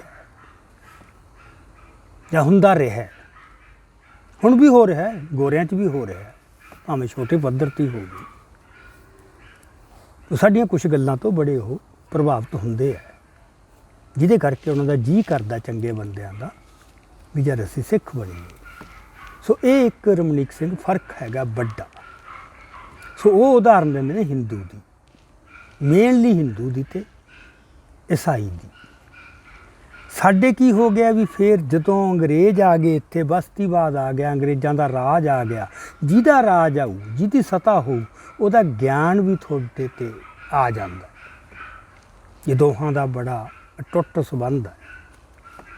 ਸਤਾ ਤੇ ਗਿਆਨ ਇੱਕ ਦੂਜੇ ਨੂੰ ਮਜ਼ਬੂਤ ਕਰਦੇ ਆ। ਉਹਨਾਂ ਦਾ ਗਿਆਨ ਪ੍ਰਫੁੱਲਤ ਹੋਊ, ਪ੍ਰਾਪੇਗੇਟ ਹੋਊ, ਡਿਸੈਮੀਨੇਟ ਹੋਊ, ਲੋਕਾਂ ਦੇ ਮਨਾਂ 'ਚ ਉਹਦੀ ਜੜ ਲੱਗੂ, ਉਹ ਰਾਜ ਨੂੰ ਵੀ ਮਜ਼ਬੂਤ ਕਰੂ ਤੇ ਜਿਹੜਾ ਰਾਜ ਆ ਉਹ ਧਰਮ ਨੂੰ ਮਜ਼ਬੂਤ ਕਰੂ। ਇਸ ਤਰ੍ਹਾਂ ਇਹ ਚੱਲਿਆ ਉਹਨਾਂ ਦੇ ਮਤਲਬ। ਸੋ ਜਦੋਂ ਉਹ ਸਾਡੇ ਆ ਗਏ ਤਾਂ ਸਾਡੇ 'ਤੇ ਜਿਹੜਾ ਸਭ ਤੋਂ ਸਿੱਖ ਤੇ ਪਹਿਲਾ ਅਸਰ ਹੋਇਆ ਉਹ ਉਹਨਾਂ ਦੇ ਗਿਆਨ ਦਾ। ਉਹਨਾਂ ਨੇ ਕਿਤੇ ਰੋਹਬ ਮੰਨ ਲਿਆ ਵੀ ਇਹਨਾਂ ਦੀ ਜਿਹੜੀ ਇੰਨੀ ਤਾਕਤ ਆ ਉਹਦਾ ਆਧਾਰ ਹੀ ਹੈ ਵੀ ਇਹਨਾਂ ਕੋਲ ਤਾਂ ਨੌਲੇਜ ਬੜੀ ਹੈ, ਇਹਨਾਂ ਕੋਲ ਐਜੂਕੇਸ਼ਨ ਹੈ, ਇਹਨਾਂ ਕੋਲ ਉਹ ਸੰਸਥਾਵਾਂ ਹਨ, ਕਿਹੋ ਜਿਹੀਆਂ ਯੂਨੀਵਰਸਿਟੀਆਂ ਹਨ। ਇਹ ਤਾਂ ਧਰਮ ਦਾ ਪ੍ਰਚਾਰ ਵੀ ਇੰਨੇ ਢੰਗ ਨਾਲ ਕਰਦੇ ਨੇ, ਕਿਵੇਂ ਟ੍ਰੇਨਿੰਗ ਦਿੰਦੇ ਨੇ, ਸਾਲਾਂ ਬੱਧੀ ਮਿਸ਼ਨਰੀ ਟ੍ਰੇਨਿੰਗ ਸੈਂਟਰ। ਉਹਦੀ ਨਕਲ ਫਿਰ ਕਰਨੀ ਸ਼ੁਰੂ ਹੋ ਗਈ। ਸਾਡੇ ਗੁਰਮਤਿ ਮਿਸ਼ਨਰੀ ਕਾਲਜ ਖੋਲ੍ਹਣੇ ਸ਼ੁਰੂ ਹੋ ਗਏ। ਇਹ ਪਹਿਲਾਂ ਨਹੀਂ ਸੀ। ਪਹਿਲਾਂ ਸਾਡੇ ਪ੍ਰਚਾਰਕ ਕਿੱਥੋਂ ਪੈਦਾ ਹੁੰਦੇ ਸੀ? ਟ੍ਰੈਡੀਸ਼ਨ 'ਚੋਂ, ਡੇਰਿਆਂ 'ਚੋਂ, ਜਿੱਥੇ ਕੋਈ ਉੱਚੇ ਜੀਵਨ ਵਾਲੇ ਤੇਜਸਵੀ ਲੋਕ ਹੁੰਦੇ ਸੀ ਜਿਹੜੇ ਬੰਦਿਆਂ ਨੂੰ ਪ੍ਰੇਰਿਤ ਕਰਦੇ ਸੀ। ਉਹਨਾਂ ਦੇ ਜੀਵਨ ਤੋਂ ਪ੍ਰੇਰਿਤ ਹੋ ਕੇ ਬੰਦੇ ਸਿੱਖ ਬਣਦੇ ਸੀ। ਸੋ ਉਹ ਸਾਡੇ ਸੈਂਟਰ ਸੀ ਪ੍ਰਚਾਰ ਦੇ। ਸਾਡੀ ਰਵਾਇਤ ਮੁਤਾਬਕ, ਸਾਡੇ ਸਿਧਾਂਤਾਂ ਤੇ ਸਾਡੇ ਆਦਰਸ਼ਾਂ ਮੁਤਾਬਕ ਜਿਹੜੇ ਹੋਂਦ ਵਿੱਚ ਆਏ। ਇਹ ਮਾਡਰਨ ਫਿਰ ਸਾਰਾ ਕੁਛ ਆਉਣ ਕਰਕੇ ਅਸੀਂ ਮਿਸ਼ਨਰੀ ਕਾਲਜ ਖੋਲ੍ਹ ਲਏ ਉਸੇ ਤਰਜ਼ 'ਤੇ। ਉਵੇਂ ਪੜ੍ਹਾਉਣਾ ਸ਼ੁਰੂ ਕਰਤਾ। ਗੁਰੂ ਗ੍ਰੰਥ ਸਾਹਿਬ ਦੀ ਸੰਥਿਆ, ਵਿਆਖਿਆ ਕੱਢ ਲਈ, ਪਾਠ ਕਰਨਾ ਸਿਖਾਤਾ। ਉਹਦੇ 'ਚ ਇੱਕ ਹੋਰ ਸਹੂਲਤ ਵਾਸਤੇ ਜਿਹੜੇ ਸਰੂਪ ਨੂੰ ਗੁਰਗੱਦੀ ਮਿਲੀ ਉਹ ਲੜੀਵਾਰ ਸਰੂਪ ਸੀ। ਤੇ ਪੁਰਾਤਨ ਸਮੇਂ 'ਚ ਸਾਡੇ ਲੜੀਵਾਰ ਸਰੂਪ ਹੀ ਪ੍ਰਚਲਿਤ ਸੀ, ਕਿਉਂਕਿ ਫਿਰ ਸਹੂਲਤ ਵਾਸਤੇ, ਪ੍ਰਚਾਰ ਵਾਸਤੇ ਵੀ ਇਹ ਤਾਂ ਪੜ੍ਹਨ 'ਚ ਬੜੀ ਦਿੱਕਤ ਆਉਂਦੀ ਹੈ। ਜਦੋਂ ਇਹ ਆਉਂਦਾ ਨਾ ਵੀ ਇਹ 'ਚ ਤਾਂ ਕਠਿਨਾਈ ਆਉਂਦੀ ਹੈ। ਜਦੋਂ ਤੁਸੀਂ ਕਠਿਨਾਈਆਂ 'ਚੋਂ ਸੌਖੇ ਤਰੀਕੇ ਲੱਭਣ ਤੁਰ ਗਏ, ਸਮਝ ਲਓ ਗੁਰਮਤ ਤੋਂ ਥਿੜਕਣ ਦਾ ਅਮਲ ਸ਼ੁਰੂ ਹੋ ਗਿਆ। ਤੇ ਇਹਦਾ ਰਿਜ਼ਲਟ ਇਹ ਕਿ ਰੂਹਾਨੀ ਖੁਦਕਸ਼ੀ ਦਾ ਕੌਮ ਦੀ ਦਾ ਰਾਹ ਖੁੱਲ੍ਹ ਜਾਂਦਾ ਜਦੋਂ ਉਹ ਵੀ ਕੁਛ ਔਖਾਂ ਤੋਂ ਬਚਣ ਵਾਸਤੇ। ਸੋ ਸਾਡੇ ਤਾਂ ਮੁੱਲ ਜਿਹੜਾ ਸੀਗਾ ਉਹ ਸੀ ਸਾਧਨਾ ਦਾ ਤੇ ਕਮਾਈ ਦਾ ਕਿਸੇ ਦੀ ਦਾ। ਉਹਦੇ 'ਚੋਂ ਉੱਚੇ ਜੀਵਨ ਢਲਦੇ ਸੀਗੇ ਬੰਦਿਆਂ ਦੇ ਨਾ। ਸੋ ਸਾਡੇ ਪ੍ਰਚਾਰ ਦਾ ਢੰਗ ਉਹ ਸੀ। ਸੋ ਇਸ ਕਰਕੇ ਇੱਥੇ ਇੱਕ ਇਹ ਵੀ ਨੁਕਤਾ, ਜਦੋਂ ਬੰਦੇ ਕਹਿੰਦੇ ਨੇ ਮਤਲਬ ਵੀ ਇਹ ਪ੍ਰਚਾਰ ਜ਼ਰੂਰੀ ਹੈ, ਇਹ ਤੋਂ ਕੋਈ ਵੀ ਮੁਨਕਰ ਨਹੀਂ। ਪਰ ਪ੍ਰਚਾਰ ਪ੍ਰਤੀ ਵੀ ਸਾਡਾ ਨਜ਼ਰੀਆ ਵੱਖਰਾ ਹੈ। ਵੱਖਰਾ ਕਿਉਂ ਹੈ? ਸਾਡਾ ਸਭ ਕੁਝ ਵੱਖਰਾ। ਸਾਡਾ ਧਰਮ ਵੱਖਰਾ ਹੈ। ਸਾਡਾ ਧਰਮ ਵਿਲੱਖਣ ਹੈ, ਨਿਆਰਾ ਹੈ। ਇਹ ਹੁਣ ਫਰੇਜ਼ ਸਾਰੇ ਵਰਤੀ ਜਾਂਦੇ, ਕੋਈ ਨਹੀਂ ਹੈ ਉਹ ਨਿਆਰਾ ਕਿਹੜੇ ਅਰਥਾਂ 'ਚ। ਇਹ ਗੱਲ ਤਾਂ ਇੱਥੇ ਜਾ ਕੇ ਦੇਖਣ ਦੀ ਲੋੜ ਹੈ। ਜੇ ਧਰਮ ਨਿਆਰਾ, ਸਾਡਾ ਪ੍ਰਚਾਰ ਦਾ ਢੰਗ ਵੀ ਨਿਆਰਾ ਹੋਊ, ਸਾਡੇ ਆਗੂ ਚੁਣਨ ਦਾ ਢੰਗ ਵੀ ਨਿਆਰਾ ਹੋਊ, ਸਾਡਾ ਸਭ ਕੁਛ ਹੀ ਨਿਆਰਾ ਹੋਊ। ਪਰ ਅਸੀਂ ਤਾਂ ਉਹਨਾਂ ਦੀ ਨਕਲ ਕਰ ਲਈ। ਸੋ ਮੇਰਾ ਖਿਆਲ ਇਹ ਬਹੁਤ ਵੱਡੀ ਢਾਹ ਪਹਿਲੀ ਲੱਗੀ ਮਿਸ਼ਨਰੀ। ਚਲੋ ਕੁਛ ਚਿਰ ਉਹ ਮਿਸ਼ਨਰੀ ਭਾਵੇਂ ਉਹਨਾਂ ਨੇ ਉਹ ਨਕਲ ਕੀਤੀ, ਪਰ ਉਹਨਾਂ 'ਚ ਨਾ ਕੁਛ ਸ਼ੁੱਧਤਾ ਅਤੇ ਮੌਲਿਕਤਾ ਬਣੀ ਰਹੀ। ਸਿੱਖੀ ਦੀ ਇੱਕ ਭਾਅ ਜਾਂ ਨੁਹਾਰ ਸੀ ਉਹਨਾਂ 'ਚ। ਹੌਲੀ ਹੌਲੀ ਫਿਰ ਹਰ ਚੀਜ਼ ਦਾ ਹੀ ਪਤਨ ਹੁੰਦਾ। ਜਿਹੜੇ ਅਜੋਕੇ ਮਿਸ਼ਨਰੀ ਆ ਉਹ ਤਾਂ ਕੱਚ ਕਾਰਡ ਮਿਸ਼ਨਰੀ ਆ, ਉਹ ਤਾਂ ਮਿਸ਼ਨਰੀ ਵੀ ਨਹੀਂ ਸਹੀ ਸਪਿਰਿਟ 'ਚ। ਉਹ ਤਾਂ ਬਹੁਤ ਹੀ ਚੀਪ ਲੈਵਲ 'ਤੇ ਜਿਵੇਂ ਕੋਈ ਚੀਜ਼ ਆ ਗਈ ਹੁੰਦੀ ਹੈ ਨਾ, ਥਰਡ ਰੇਟ ਵਰਜ਼ਨ, ਉਹ ਤਾਂ ਉਹ ਆ ਗਏ ਵੀ ਗੁਰਬਾਣੀ ਦੇ ਕੁਛ ਅਰਥ ਸਮਝੋ, ਕਿਤੋਂ ਪੜ੍ਹ ਲਓ, ਕਲਾਸਾਂ ਲਾਉਣ ਲੱਗ ਗਏ। ਮਤਲਬ ਗੁਰਬਾਣੀ ਦੀ ਆਹ ਵਿਆਖਿਆ ਹੈ ਜੀ। ਸੋ ਵਿਆਖਿਆ ਦੇਣ ਵਾਲੇ ਕੌਣ? ਉਹਨਾਂ ਨੂੰ ਅਧਿਕਾਰ ਹੈ, ਉਹਨਾਂ ਦੀ ਉਹ ਕਮਾਈ ਹੈ। ਇਹ ਤਾਂ ਗੱਲਾਂ ਬੇਮੈਨਾ ਹੋ ਗਈਆਂ। ਸੋ ਇਹ ਰਮਣੀਕ ਸਿੰਘ ਇਹ ਪ੍ਰੋਬਲਮ ਡੂੰਘੀ ਜਾ ਰਹੀ ਹੈ ਕਿਤੇ। ਸੋ ਪ੍ਰਚਾਰ ਬਾਰੇ ਦੀ ਮਹੱਤਤਾ ਬਾਰੇ ਨਹੀਂ ਸਾਡਾ ਰੌਲਾ, ਅਤੇ ਪ੍ਰਚਾਰ ਕਦੇ ਵੀ ਠੱਪ ਨਹੀਂ ਹੋਇਆ ਸਿੱਖੀ ਦਾ। ਜੇ ਠੱਪ ਹੋਇਆ ਹੁੰਦਾ ਧਰਮ ਹੁਣ ਤੱਕ ਜਿਉਂਦਾ ਹੀ ਨਾ ਰਹਿੰਦਾ। ਪਰ ਉਹ ਸਾਡਾ ਜਿਹੜਾ ਧਰਮ ਦਾ ਪ੍ਰਚਾਰ ਸੀ ਉਹ ਧਰਮ ਦੇ ਆਦਰਸ਼ਾਂ, ਅਸੂਲਾਂ ਤੇ ਸਿਧਾਂਤਾਂ ਦੀ ਸੇਧ ਦੇ ਵਿੱਚ ਹੀ ਚੱਲਿਆ। ਉਹ ਜਦੋਂ ਉਹ ਤੋਂ ਥਿੜਕਾਂਗੇ ਉਦੋਂ ਉਹ ਸਿਧਾਂਤ ਜਿਹੜਾ ਪ੍ਰਚਾਰ ਹੈ ਉਹ ਸਾਡੇ ਲਈ ਜ਼ਹਿਰ ਬਣ ਜੂ। ਉਹ ਫਾਇਦਾ ਨਹੀਂ, ਉਹ ਤਾਂ ਫਿਰ ਨੁਕਸਾਨ ਕਰੂਗਾ। ਜਿਵੇਂ ਫਸਲਾਂ ਦਾ ਪੈਦਾਵਾਰ ਵਧਾਉਣ ਲਈ ਜਿਹੜੀਆਂ ਕੀੜੇ ਮਾਰ ਦਵਾਈਆਂ ਹੈ, ਰਸਾਇਣਿਕ ਖਾਦਾਂ ਹੈ, ਇਹ ਤਾਂ ਠੀਕ ਹੈ, ਮਤਲਬ ਮਾਡਰਨ ਟੈਕਨੀਕ ਹੀ ਹੈ ਨਾ। ਝਾੜ ਵੱਧਦਾ ਹਰ ਇੱਕ ਨੂੰ ਦਿਸਦਾ ਅਤੇ ਕੌਣ ਨਹੀਂ ਅਗਲਾ ਚਾਹੂਗਾ ਵੀ ਯਾਰ ਹੁਣ ਅਸੀਂ ਉੱਥੇ ਹੀ ਖੜ੍ਹੇ ਰਹਿਣਾ ਵੀ ਕਿੱਲੇ ਦੀ ਬਸ 10 ਮਣ ਕਣਕ ਆ ਜੀ, ਦੁਨੀਆ ਕਿੱਥੇ ਪਹੁੰਚ ਗਈ ਹੈ। ਇਹ ਉਹੀ ਗੱਲ ਹੈ। ਸਿੱਖ ਦੀਆਂ ਕੁਛ ਲਿਮੀਟੇਸ਼ਨਸ ਕਹਿ ਲਓ ਜਾਂ ਵਿਸ਼ੇਸ਼ਤਾਈਆਂ, ਉਹ ਇੰਨ ਬਿਨ ਨਕਲ ਦੂਜਿਆਂ ਦੀ ਨਹੀਂ ਕਰ ਸਕਦਾ। ਜੇ ਨਕਲ ਕਰੂ ਤਾਂ ਉਹਦੀ ਰੂਹਾਨੀ ਤੌਰ 'ਤੇ ਖੁਦਕਸ਼ੀ ਦਾ ਰਾਹ ਪੱਧਰਾ ਹੋ ਜਾਊਗਾ। ਇਹ ਟਰਮ ਪ੍ਰੋਫੈਸਰ ਹਰਿੰਦਰ ਸਿੰਘ ਮਹਿਬੂਬ ਨੇ ਵਰਤੀ ਹੈ। ਸੋ ਇਸ ਕਰਕੇ ਇਹ ਜਿਹੜੀ ਪ੍ਰਚਾਰ ਦੀ ਗੱਲ ਹੈ ਨਾ ਵੀ ਸਿੱਖ ਧਰਮ ਦੀ ਨੂੰ ਆਪਦੀ ਵਿਸ਼ੇਸ਼ਤਾ 'ਚ ਨਾ ਉਹਨੂੰ ਆਮ ਧਰਮਾਂ ਵਰਗਾ ਸਮਝ ਲੈਣਾ। ਜਦੋਂ ਤੁਸੀਂ ਖਾਸ ਗੱਲ ਨੂੰ, ਕਿਸੇ ਚੀਜ਼ ਨੂੰ ਆਮ ਬਣਾ ਲਿਆ ਜਾਂ ਸਮਝ ਲਿਆ, ਉਹ ਫਿਰ ਖਾਸ ਤਾਂ ਰਹੀ ਨਾ। ਖਾਸ ਉਹਦਾ ਕੀ ਰਹਿ ਗਿਆ ਜੇ ਉਹ 'ਤੇ ਆਮ ਹੀ ਨਿਯਮ ਲਾਗੂ ਹੋਣ ਲੱਗ ਗਏ ਵੀ ਕਿਉਂਕਿ ਆਮ ਐਂ ਹੁੰਦਾ ਹੈ ਅਤੇ ਸਾਡੀ ਕੀ ਗਲਤ ਹੈ। ਸੋ ਇਹਦੀ ਜੜ ਬੜੀ ਡੂੰਘੀ ਹੈ, ਪਿੱਛੇ ਜਾ ਰਹਿੰਦੀ ਹੈ। ਇਹ ਤਾਂ ਬਹੁਤ ਵੱਡਾ ਹੰਭਲਾ ਕੋਈ ਵੱਜੇ। ਚਲੋ ਆਪਾਂ ਬਾਅਦ 'ਚ ਗੱਲ ਕਰਾਂਗੇ ਵੀ ਇਹ ਕਿਵੇਂ ਜੇ ਹੋ ਸਕਦਾ।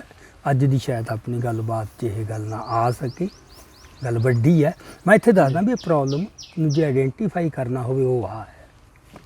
ਸੋ ਆਪ ਜੀ ਦੀ ਗੱਲਬਾਤ ਤੋਂ ਇੱਕ ਹੋਰ ਸਵਾਲ ਉੱਠਦਾ ਹੈ ਕਿ ਜਿਹੜੀ ਸੁਹਿਰਦ ਸਿੱਖ ਸੰਗਤ ਹੈ ਜੋ ਸਿੱਖੀ ਸਿਧਾਂਤ ਦੀ ਨਜ਼ਾਕਤ ਨੂੰ ਸਮਝਦੀ ਹੈ, ਉਹ ਆਪ ਦੇ ਆਪ ਨੂੰ ਇਸ ਮੌਕੇ ਕਿੱਥੇ ਖੜਾ ਦੇਖ ਰਹੇ ਨੇ?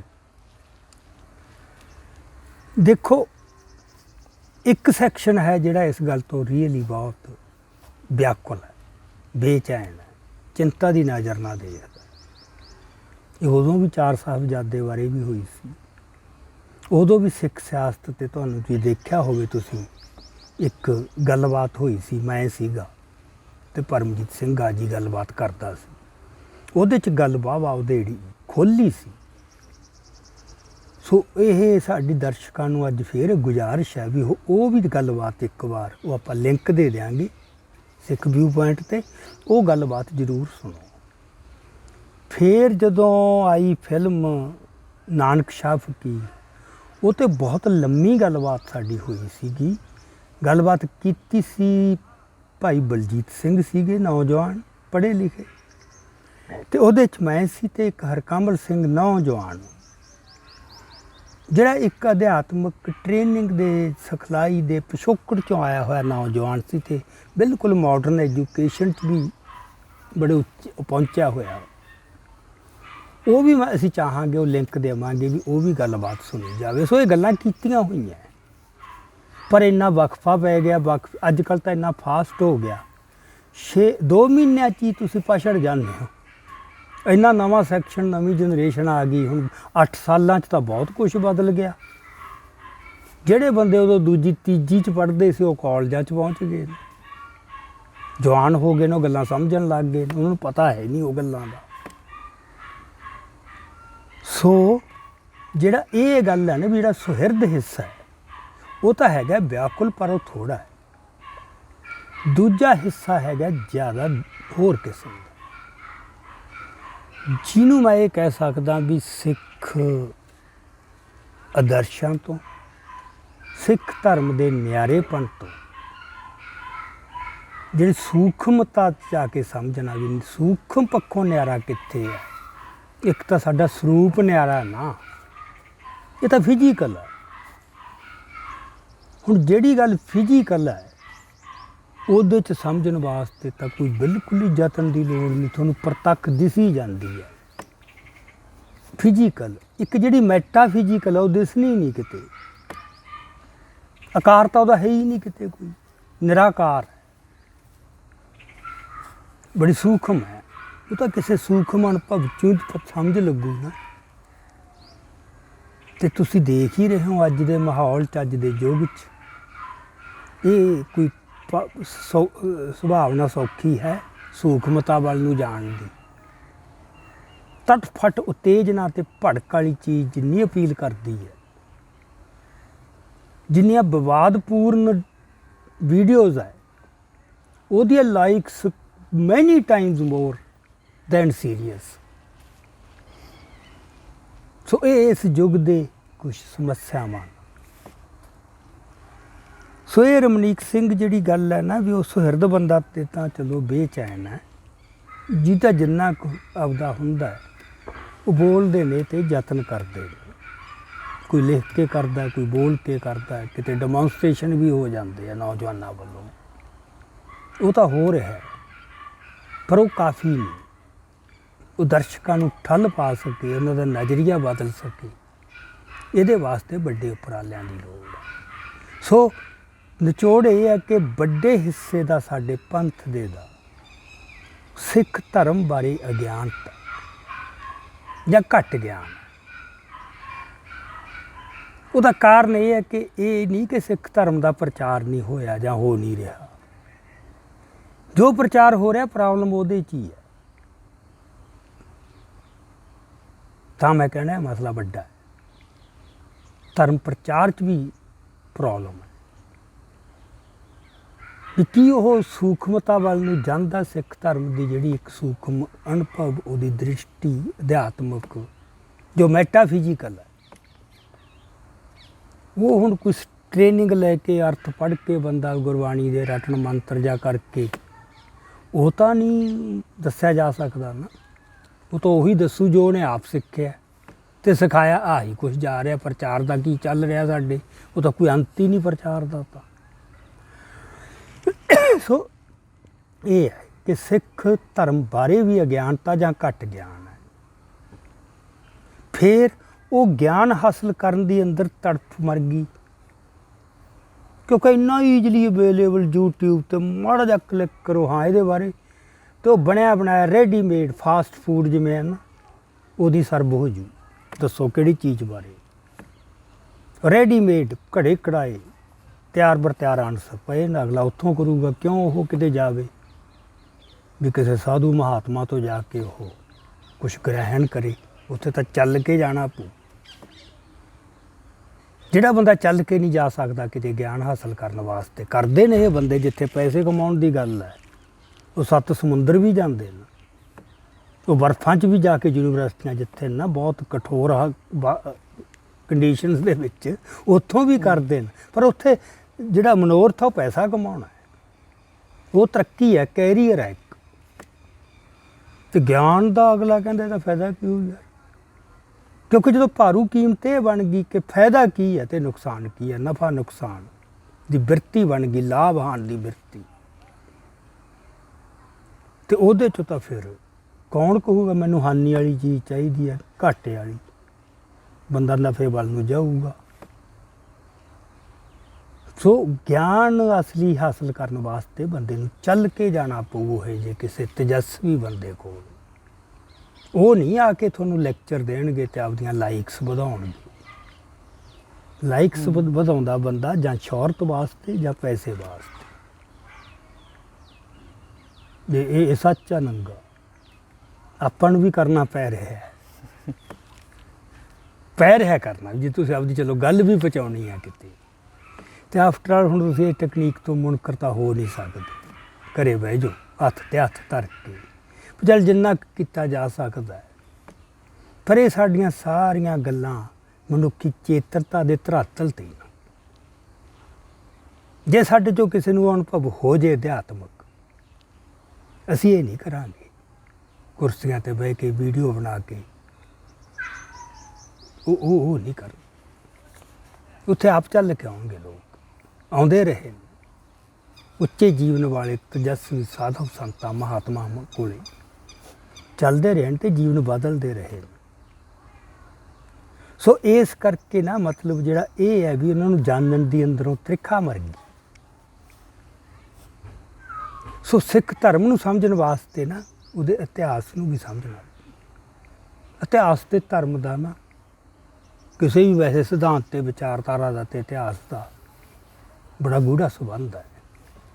ਧਰਮ ਆਪਦਾ ਇਤਿਹਾਸ ਸਿਰਜਦੇ ਹੈ ਤੇ ਉਹ ਧਰਮ ਫਿਰ ਤੁਹਾਨੂੰ ਉਹ ਜਿਹੜਾ ਇਤਿਹਾਸ ਆ, ਜਿਹੜਾ ਸਿਰਜਿਆ ਹੋਇਆ ਧਰਮ ਨੇ, ਉਹ ਤੁਹਾਨੂੰ ਆਪਦਾ ਧਰਮ ਸਮਝਣ 'ਚ ਸਹਾਈ ਹੁੰਦਾ, ਸੌਖਾ ਹੋ ਜਾਂਦਾ।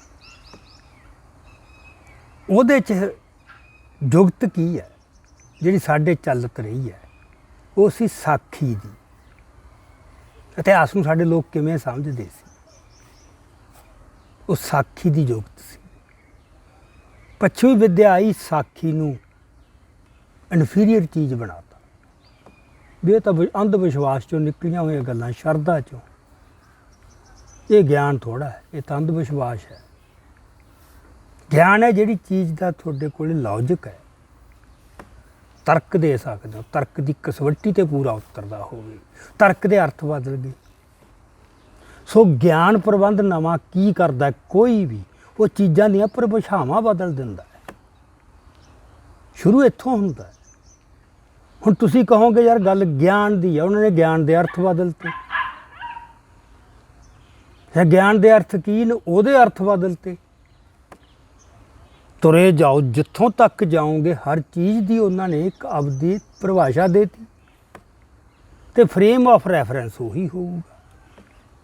ਜੋ ਉਦਾਹਰਨ ਦੇਣੀ ਹੈ ਉਹ ਤਾਂ ਉਹੀ ਫਰੇਮ ਆਫ ਰੈਫਰੈਂਸ ਹੋਊ ਨਾ। ਸੋ ਉਹਨਾਂ ਨੇ ਹਰ ਚੀਜ਼, ਅਸੀਂ ਕਦੋਂ ਕਹਿਣਾ ਵੀ ਗਿਆਨ ਨਹੀਂ ਹੋਣਾ ਚਾਹੀਦਾ? ਗਿਆਨ ਤਾਂ ਹੈ। ਹੁਣ ਜੇ ਗੁਰਮਤਿ 'ਚ ਇੰਨਾ ਸਪਸ਼ਟ ਹੈ, ਗੁਰਬਾਣੀ ਦੇ ਵਿੱਚ ਗੁਰੂ ਸਾਹਿਬ ਦਾ ਫਰਮਾਨ ਕਿੰਨਾ ਸਪਸ਼ਟ ਹੈ।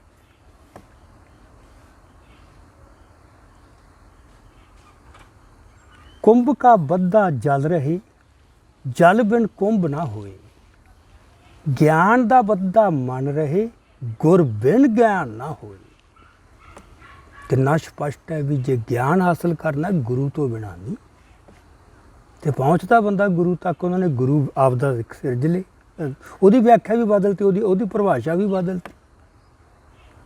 ਸ਼ਬਦ ਗੁਰੂ ਦਾ ਮਤਲਬ ਐਡਾ ਉਹਨਾਂ ਨੇ ਉਹ ਬਣਾਤਾ ਵਿਗਾੜ ਕੇ ਵਿਅੰਗ ਚਿੱਤਰ ਜਾ।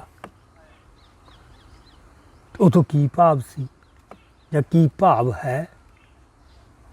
ਸੋ ਚੀਜ਼ਾਂ ਦੀ ਜਦੋਂ ਤੁਸੀਂ ਪਰਿਭਾਸ਼ਾ ਹੀ ਬਦਲ ਦਿਓ, ਤੁਸੀਂ ਕੀ ਕਰੋਗੇ? ਉੱਥੇ ਲੜਾਈ ਦਾ ਹਥਿਆਰ ਹੀ ਤੁਹਾਡਾ ਉਹ ਖੁੰਡਾ ਹੋ ਜਾਂਦਾ ਹੈ। ਅਗਲਾ ਕਹਿੰਦਾ ਤੂੰ ਤਾਂ ਦਲੀਲ ਤੋਂ ਭੱਜਦਾ, ਉਦਾਹਰਨ ਲਿਆ। ਸੋ ਗਿਆਨ ਦੇ ਅਰਥ ਬਦਲਤੇ। ਗਿਆਨ ਤੋਂ ਕੋਈ ਮੁਨਕਰ ਨਹੀਂ। ਜਿਹੜਾ ਆ ਐਡਾ ਸਪਸ਼ਟ ਤੇ ਸਖਤ ਆਦੇਸ਼ ਹੈ, ਗੁਰ ਬਿਨ ਗਿਆਨ ਨਾ ਹੋਏ। ਕਿਉਂਕਿ ਗਿਆਨ ਜਿਹੜਾ ਸਿੱਖੀ ਦਾ ਗੁਰਮਤਿ 'ਚੋਂ ਨਿਕਲਦਾ, ਉਹਦਾ ਈ ਸੈਂਸ ਕੀ ਹੈ? ਉਹਦਾ ਈ ਸੈਂਸ, ਸਾਰਾ ਕੁਛ ਦਾ ਈ ਸੈਂਸ ਕੀ ਹੈ? ਵੀ ਬੰਦੇ ਦਾ ਜਿਉਣ ਦਾ, ਜਨਮ ਲੈਣ ਦਾ ਇੱਥੇ ਮਨੋਰਥ ਕੀ ਹੈ ਭਲਾ? ਕੋਈ ਓਲਾ ਰਹਿਣ ਦਿੱਤਾ ਗੁਰੂ ਸਾਹਿਬ ਨੇ? ਜੀਵਨ ਦਾ ਮਨੋਰਥ ਇਹ ਹੈ ਕਿ ਜਿਹੜੀ ਤੁਹਾਡੀ ਜੀਵ ਆਤਮਾ ਹੈ, ਜਿਸ ਪਰਮਾਤਮਾ ਦਾ ਉਹ ਅੰਸ਼ ਹੈ, ਉਹ ਉਹਦੇ 'ਚ ਮੁੜ ਕੇ ਜਾ ਕੇ ਬਲੀਨ ਹੋਵੇ ਤੇ ਇਸ ਜਨਮ ਮਰਨ ਦੇ ਚੱਕਰ ਦੇ ਗੇੜ 'ਚੋਂ ਉਹਨੂੰ ਮੁਕਤੀ ਹੋਵੇ। ਸੋ ਸਿੱਖ ਦਾ ਸਾਰੇ ਜੀਵਨ ਦਾ ਮਨੋਰਥ ਇਹ ਹੈ। ਸਿੱਖ ਨੂੰ ਕੋਈ ਪੁੱਛੇ ਤੇਰਾ ਜਿਉਣ ਦਾ ਯਾਰ ਮਨੋਰਥ ਕੀ ਹੈ? ਜੇ ਸਿੱਖ ਹੈ ਉਹ ਜੇ ਇਹ ਮੰਨਦਾ ਕਿ ਮੇਰੀ ਗੁਰਬਾਣੀ 'ਚ ਆਸਥਾ ਹੈ, ਤਾਂ ਉਹ ਇਸ ਗੱਲ ਤੋਂ ਨਹੀਂ ਭੱਜ ਸਕੂਗਾ। ਜੀਵਨ ਦਾ ਮਨੋਰਥ ਇਹ ਹੈ ਕਿ ਜਿਹੜੀ ਤੁਹਾਡੀ ਆਤਮਾ ਹੈ, ਜਿਹੜੀ ਸੰਸਾਰੀ ਪ੍ਰਭਾਵਾਂ ਨਾਲ ਮਲੀਨ ਹੋ ਜਾਂਦੀ ਹੈ, ਉਹਨੂੰ ਤੁਸੀਂ ਸ਼ਬਦ ਨਾਲ ਉਹਦੀ ਮੈਲ ਲਾਹੋ। ਵੀ ਕੱਪੜੇ ਮੈਲੇ ਹੀ ਤਾਂ ਤੁਸੀਂ ਸਾਬਣ ਨਾਲ ਧੋ ਲਓਗੇ, ਇਹ ਮਨ ਦੀ ਮੈਲ ਤਾਂ ਉਹ ਨਾਮ ਨਾਲ ਹੀ ਜ਼ਰੂਰ ਹੁੰਦਾ। ਤੇ ਇਸ ਵੀ ਤਾਂ ਤੁਸੀਂ ਉੱਥੇ ਜਾ ਕੇ ਉਹਦੇ 'ਚ ਮੁੜ ਕੇ ਉਸੇ ਜਿੱਥੋਂ ਤੁਸੀਂ ਵਿਛੜ ਕੇ ਆਏ ਚੱਕਰ ਪਤਾ ਨਹੀਂ ਕਦੋਂ ਦੇ ਕੱਟ ਰਹੇ ਹੋ, ਉਹ ਭਟਕਣ ਬੰਦ ਹੋਵੇ ਤੇ ਜੀਵਨ ਸਫਲਾ ਹੋਵੇ। ਇਹ ਮਨੁੱਖੀ ਜੀਵਨ 'ਚ ਹੀ ਪੋਸੀਬਲ ਹੈ। ਕਾਂ ਇਹ ਕੰਮ ਨਹੀਂ ਕਰ ਸਕਦਾ, ਕੋਈ ਸੂਰ ਇਹ ਕੰਮ ਨਹੀਂ ਕਰ ਸਕਦਾ, ਕੋਈ ਗਾਂ ਇਹ ਕੰਮ ਨਹੀਂ ਕਰ ਸਕਦਾ। ਮਨੁੱਖੀ ਜੀਵਨ ਦਾ ਮਨੋਰਥ ਹੈ। ਜੇ ਮਨੋਰਥ ਹੀ ਬਦਲਤਾ ਉਹਨਾਂ ਨੇ, ਉਹਦੀ ਪਰਿਭਾਸ਼ਾ ਬਦਲਤੀ, ਫਿਰ ਤਾਂ ਗੱਲ ਖਤਮ ਹੈ। ਸੋ ਗੁਰਮਤਿ 'ਚੋਂ ਸਭ ਕੁਛ ਮਿਲਦਾ ਹੈ। ਤੇ ਸਾਡੇ ਧਰਮ ਦਾ ਖੂਬੀ ਇਹ ਹੈ ਕਿ ਇੰਨੀ ਸਾਦਗੀ ਨਾਲ ਗੱਲਾਂ ਸਪਸ਼ਟ ਸੌਖੀਆਂ ਸਰਲ ਕਹੀਆਂ। ਇਦੋਂ ਵੱਧ ਸੌਖਾ ਹੋਰ ਕੀ ਕਹਿ ਸਕਦਾ ਕੋਈ, ਘੋਲ ਕੇ ਤਾਂ ਪੈ ਨਹੀਂ ਸਕਦਾ। ਪਰ ਬੰਦੇ ਦਾ ਮਨ ਦੀ ਵੀ ਇਹ ਇੱਕ ਹੈਗੀ ਟੈਂਡੈਂਸੀ ਵੀ ਹੋਰ ਸੌਖੀ। ਬੰਦਾ ਟੂਣਾ ਕਿਉਂ ਕਰਦਾ ਨਾ, ਕੋਈ ਸੌਖਾ ਕੁਛ ਮੈਨੂੰ ਘੋਲ ਕੇ ਜੇ ਪਿਆ ਦੇ ਨਾ ਕੋਈ, ਮਤਲਬ ਕਾਗਜ਼ ਵੀ ਰਗੜ ਕੇ ਪੀਣ ਨੂੰ ਤਿਆਰ ਆ ਬੰਦੇ, ਉਹ ਤੇ ਮੰਤਰ ਲਿਖਿਆ ਹੋਵੇ ਕੋਈ। ਸੋ ਇਹ ਪਦਾਰਥਵਾਦੀ ਬਿਰਤੀ ਹੈ। ਸੋ ਆਪਾਂ ਉੱਥੇ ਫੇਰ ਆਈਏ ਵਿਸ਼ੇ ਵੱਲ ਵੀ ਇਤਿਹਾਸ ਨੂੰ ਸਮਝਣਾ ਪਊ, ਪਰ ਉਹ ਇਤਿਹਾਸ ਜਿਹੜਾ ਸਾਡੇ ਗੁਰਮਤਿ ਦੀ ਸੇਧ 'ਚ ਉਹ ਸਿਰਜਿਆ ਜਿੱਥੇ ਸਾਨੂੰ ਫਖਰ ਹੈ, ਪਰ ਉਹ ਇਤਿਹਾਸ ਦੀ ਵਿਆਖਿਆ ਤੇ ਧਰਮ ਦੀ ਵਿਆਖਿਆ ਦੋਹਾਂ 'ਚ ਵੱਡੀਆਂ ਗੜਬੜਾਂ ਹੋ ਗਈਆਂ।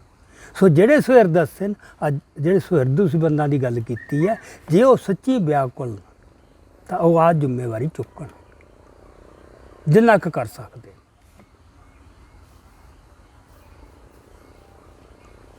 ਸੋ ਇਸ ਕਰਕੇ ਜੇ ਤੁਸੀਂ ਕਹਿੰਦੇ ਨਾ ਵੀ ਸਾਡੇ ਤੇ ਬਾਕੀ ਧਰਮ ਵਾਲੀ ਗੱਲ ਲਾਗੂ ਨਹੀਂ ਹੁੰਦੀ, ਸਾਡੀ ਵਿਸ਼ੇਸ਼ਤਾ ਹੈ। ਹੁਣ ਉਹ ਵਿਸ਼ੇਸ਼ਤਾ ਕੀ ਹੈ, ਇਹ ਤੇ ਤਾਂ ਬਹੁਤ ਟਾਈਮ ਲਾ ਕੇ ਗੱਲ ਹੋ ਸਕਦੀ ਹੈ, ਇੰਨੀ ਸੌਖੀ ਤਾਂ ਵੈਸੇ ਔਖੀ ਵੀ ਨਹੀਂ। ਪ੍ਰੋਫੈਸਰ ਹਰਿੰਦਰ ਸਿੰਘ ਮਹਿਬੂਬ ਨੇ ਇਹਨੂੰ ਬਿਲਕੁਲ ਇਹਦੇ ਨਿਚੋੜ ਕੱਢ ਕੇ ਵੀ ਦਿੱਤੇ ਹੋਏ ਨੇ, ਉਹਦੀ ਘੰਟਿਆਂ ਤੇ ਵੱਧੀ ਵਿਆਖਿਆ ਹੋ ਸਕਦੀ ਹੈ। ਉਹ ਨਿਚੋੜ ਕੀ ਨੇ ਉਹਦੇ, ਹਰਿੰਦਰ ਸਿੰਘ ਮਹਿਬੂਬ ਨੇ ਜੋ ਮਤਲਬ ਉਹ ਤਾਂ ਉਹ ਜੋ ਉਹਨੇ ਜਿਵੇਂ ਗੁਰਮਤਿ ਨੂੰ ਦੇਖਿਆ, ਪਰ ਉਹਨੇ ਵੀ ਇੱਕ ਚੇਤਨਾ ਦੀ ਲੈਵਲ 'ਤੇ ਦੇਖਿਆ, ਮਨੁੱਖੀ ਚੇਤਨਾ ਦੀ, ਦੁਨਿਆਵੀ ਚੇਤਨਾ ਦੀ ਲੈਵਲ 'ਤੇ। ਪਰ ਉਹਨਾਂ 'ਚ ਵੀ ਉਹ ਜਹੀਨ ਹੋਣ ਕਰਕੇ ਸਾਡੇ ਵਰਗਿਆਂ ਤੋਂ ਉਹ ਬਹੁਤ ਨੇੜੇ ਜਾ ਪਹੁੰਚਦਾ ਸੀ। ਸੋ ਉਹਨੇ ਇਹ ਕਿਹਾ ਵੀ ਜਿਹੜਾ ਧਰਮ ਹੈ ਨਾ, ਉਹਨਾਂ ਕੋਲੇ ਮਨੁੱਖੀ ਸਦਾਚਾਰ ਤੇ ਨੈਤਿਕਤਾ ਨੂੰ ਮਜ਼ਬੂਤ ਕਰਨ ਵਾਸਤੇ ਜਾਂ ਉਹਨੂੰ ਪੂਰਾ ਮਤਲਬ ਇੱਕ ਰੱਖਣ ਵਾਸਤੇ ਉਹ ਗਰਮੀ ਹਰ ਧਰਮ ਕੋਲ ਹੈਗੀ ਹੈ। ਹਰ ਧਰਮ 'ਚ ਉੱਚੇ ਗੁਣ ਹੈਗੇ ਹੈ, ਪਰ ਹਰ ਧਰਮ ਦੀ ਜਿਹੜੀ ਮਹਾਨਤਾ ਹੈ ਉਹ ਇੱਕੋ ਜਿਹੀ ਨਹੀਂ। ਨਾਲ ਇਹ ਵੀ ਹੈ ਗੁਣ ਸਾਰਿਆਂ ਕੋਲੇ ਹੈ, ਇੱਕ ਹੱਦ ਤੱਕ ਸਭ ਕੁਝ ਸਾਰੇ ਧਰਮ ਹੀ ਬੰਦੇ ਨੂੰ ਬੰਦਾ ਬਣਾਉਂਦੇ ਹੈ, ਪਰ ਇੱਕ ਬਾਕੀ ਕਿਤੇ ਨਾ ਕਿਤੇ ਜਾ ਕੇ ਰੁਕ ਜਾਂਦੇ ਹੈ। ਗੁਰਬਾਣੀ 'ਚ ਇਹੀ ਹੈ। ਤੁਸੀਂ ਦੇਖੋ ਗੁਰਬਾਣੀ 'ਚ ਸਾਰੇ ਗੁਰੂ ਸਾਹਿਬਾਨ ਨੇ, ਦਸਮ ਪਾਤਸ਼ਾਹ ਨੇ ਤਾਂ ਖਾਸ ਕਰਕੇ ਜਿਹੜੀਆਂ ਉਹਨਾਂ ਦੀਆਂ ਸਾਡੇ ਬਾਣੀਆਂ ਪ੍ਰਚਲਿਤ, ਉਹਦੇ 'ਚ ਤਾਂ ਉਹਨਾਂ ਨੇ ਸਾਰੀਆਂ ਦ੍ਰਿਸ਼ਟੀਆਂ 'ਚੋਂ ਲੰਘਾਇਆ ਬੰਦੇ ਨੂੰ। ਜਿਹੜੇ 33 ਸਵਈਏ ਹੈ ਉਹ ਕੀ ਹੈ, ਇੱਕ ਦ੍ਰਿਸ਼ ਹੈ। ਕੌਣ ਕੌਣ ਦੇਖ ਲਏ, ਆਹ ਵੀ ਦੇਖ ਲਿਆ, ਆਹ ਵੀ ਦੇਖ ਲਿਆ, ਆਹ ਵੀ ਦੇਖ ਲਿਆ, ਆਹ ਵੀ ਦੇਖ ਲਿਆ। ਉਹ ਹਰ ਇੱਕ ਦੀ ਇੱਕ ਸੀਮਾ ਵੀ, ਪਰ ਇਹਨਾਂ 'ਚ ਉਹ ਨਹੀਂ ਗੱਲ ਲੱਭੀ ਜਿਹੜੀ ਜਿਹਦੀ ਮੈਨੂੰ ਤਲਾਸ਼ ਹੈ।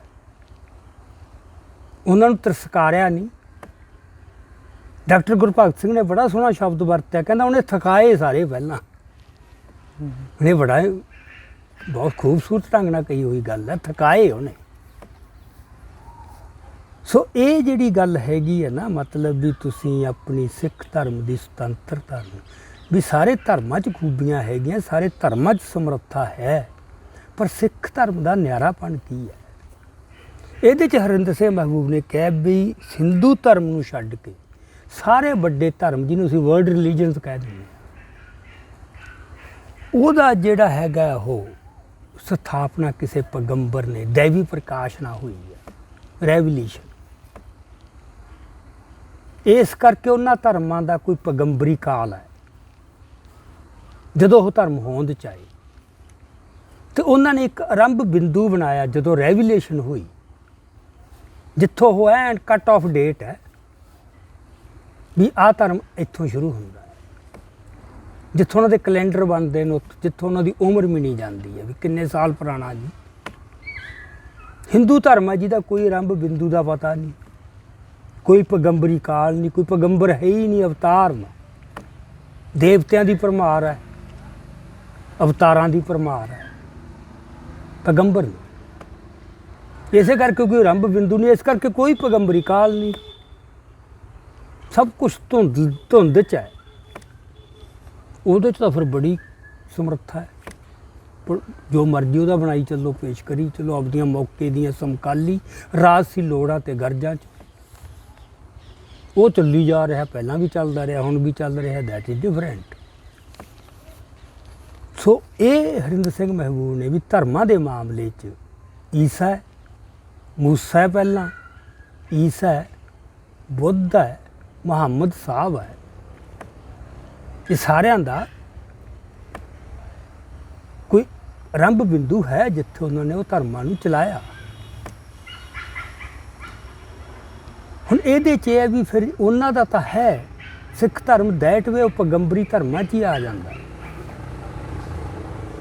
ਪਰ ਸਿੱਖ ਧਰਮ ਦੀ ਉਹਨਾਂ ਨਾਲੋਂ ਵੀ ਫਿਰ ਵੱਖਰੀ ਗੱਲ ਹੈ। ਇੱਕ ਨਿਆਰਾਪਨ ਇਹਦਾ ਉਦੋਂ ਵੀ ਵੱਖਰਾ ਜਿਹੜਾ ਉਹਨਾਂ ਦਾ ਨਹੀਂ।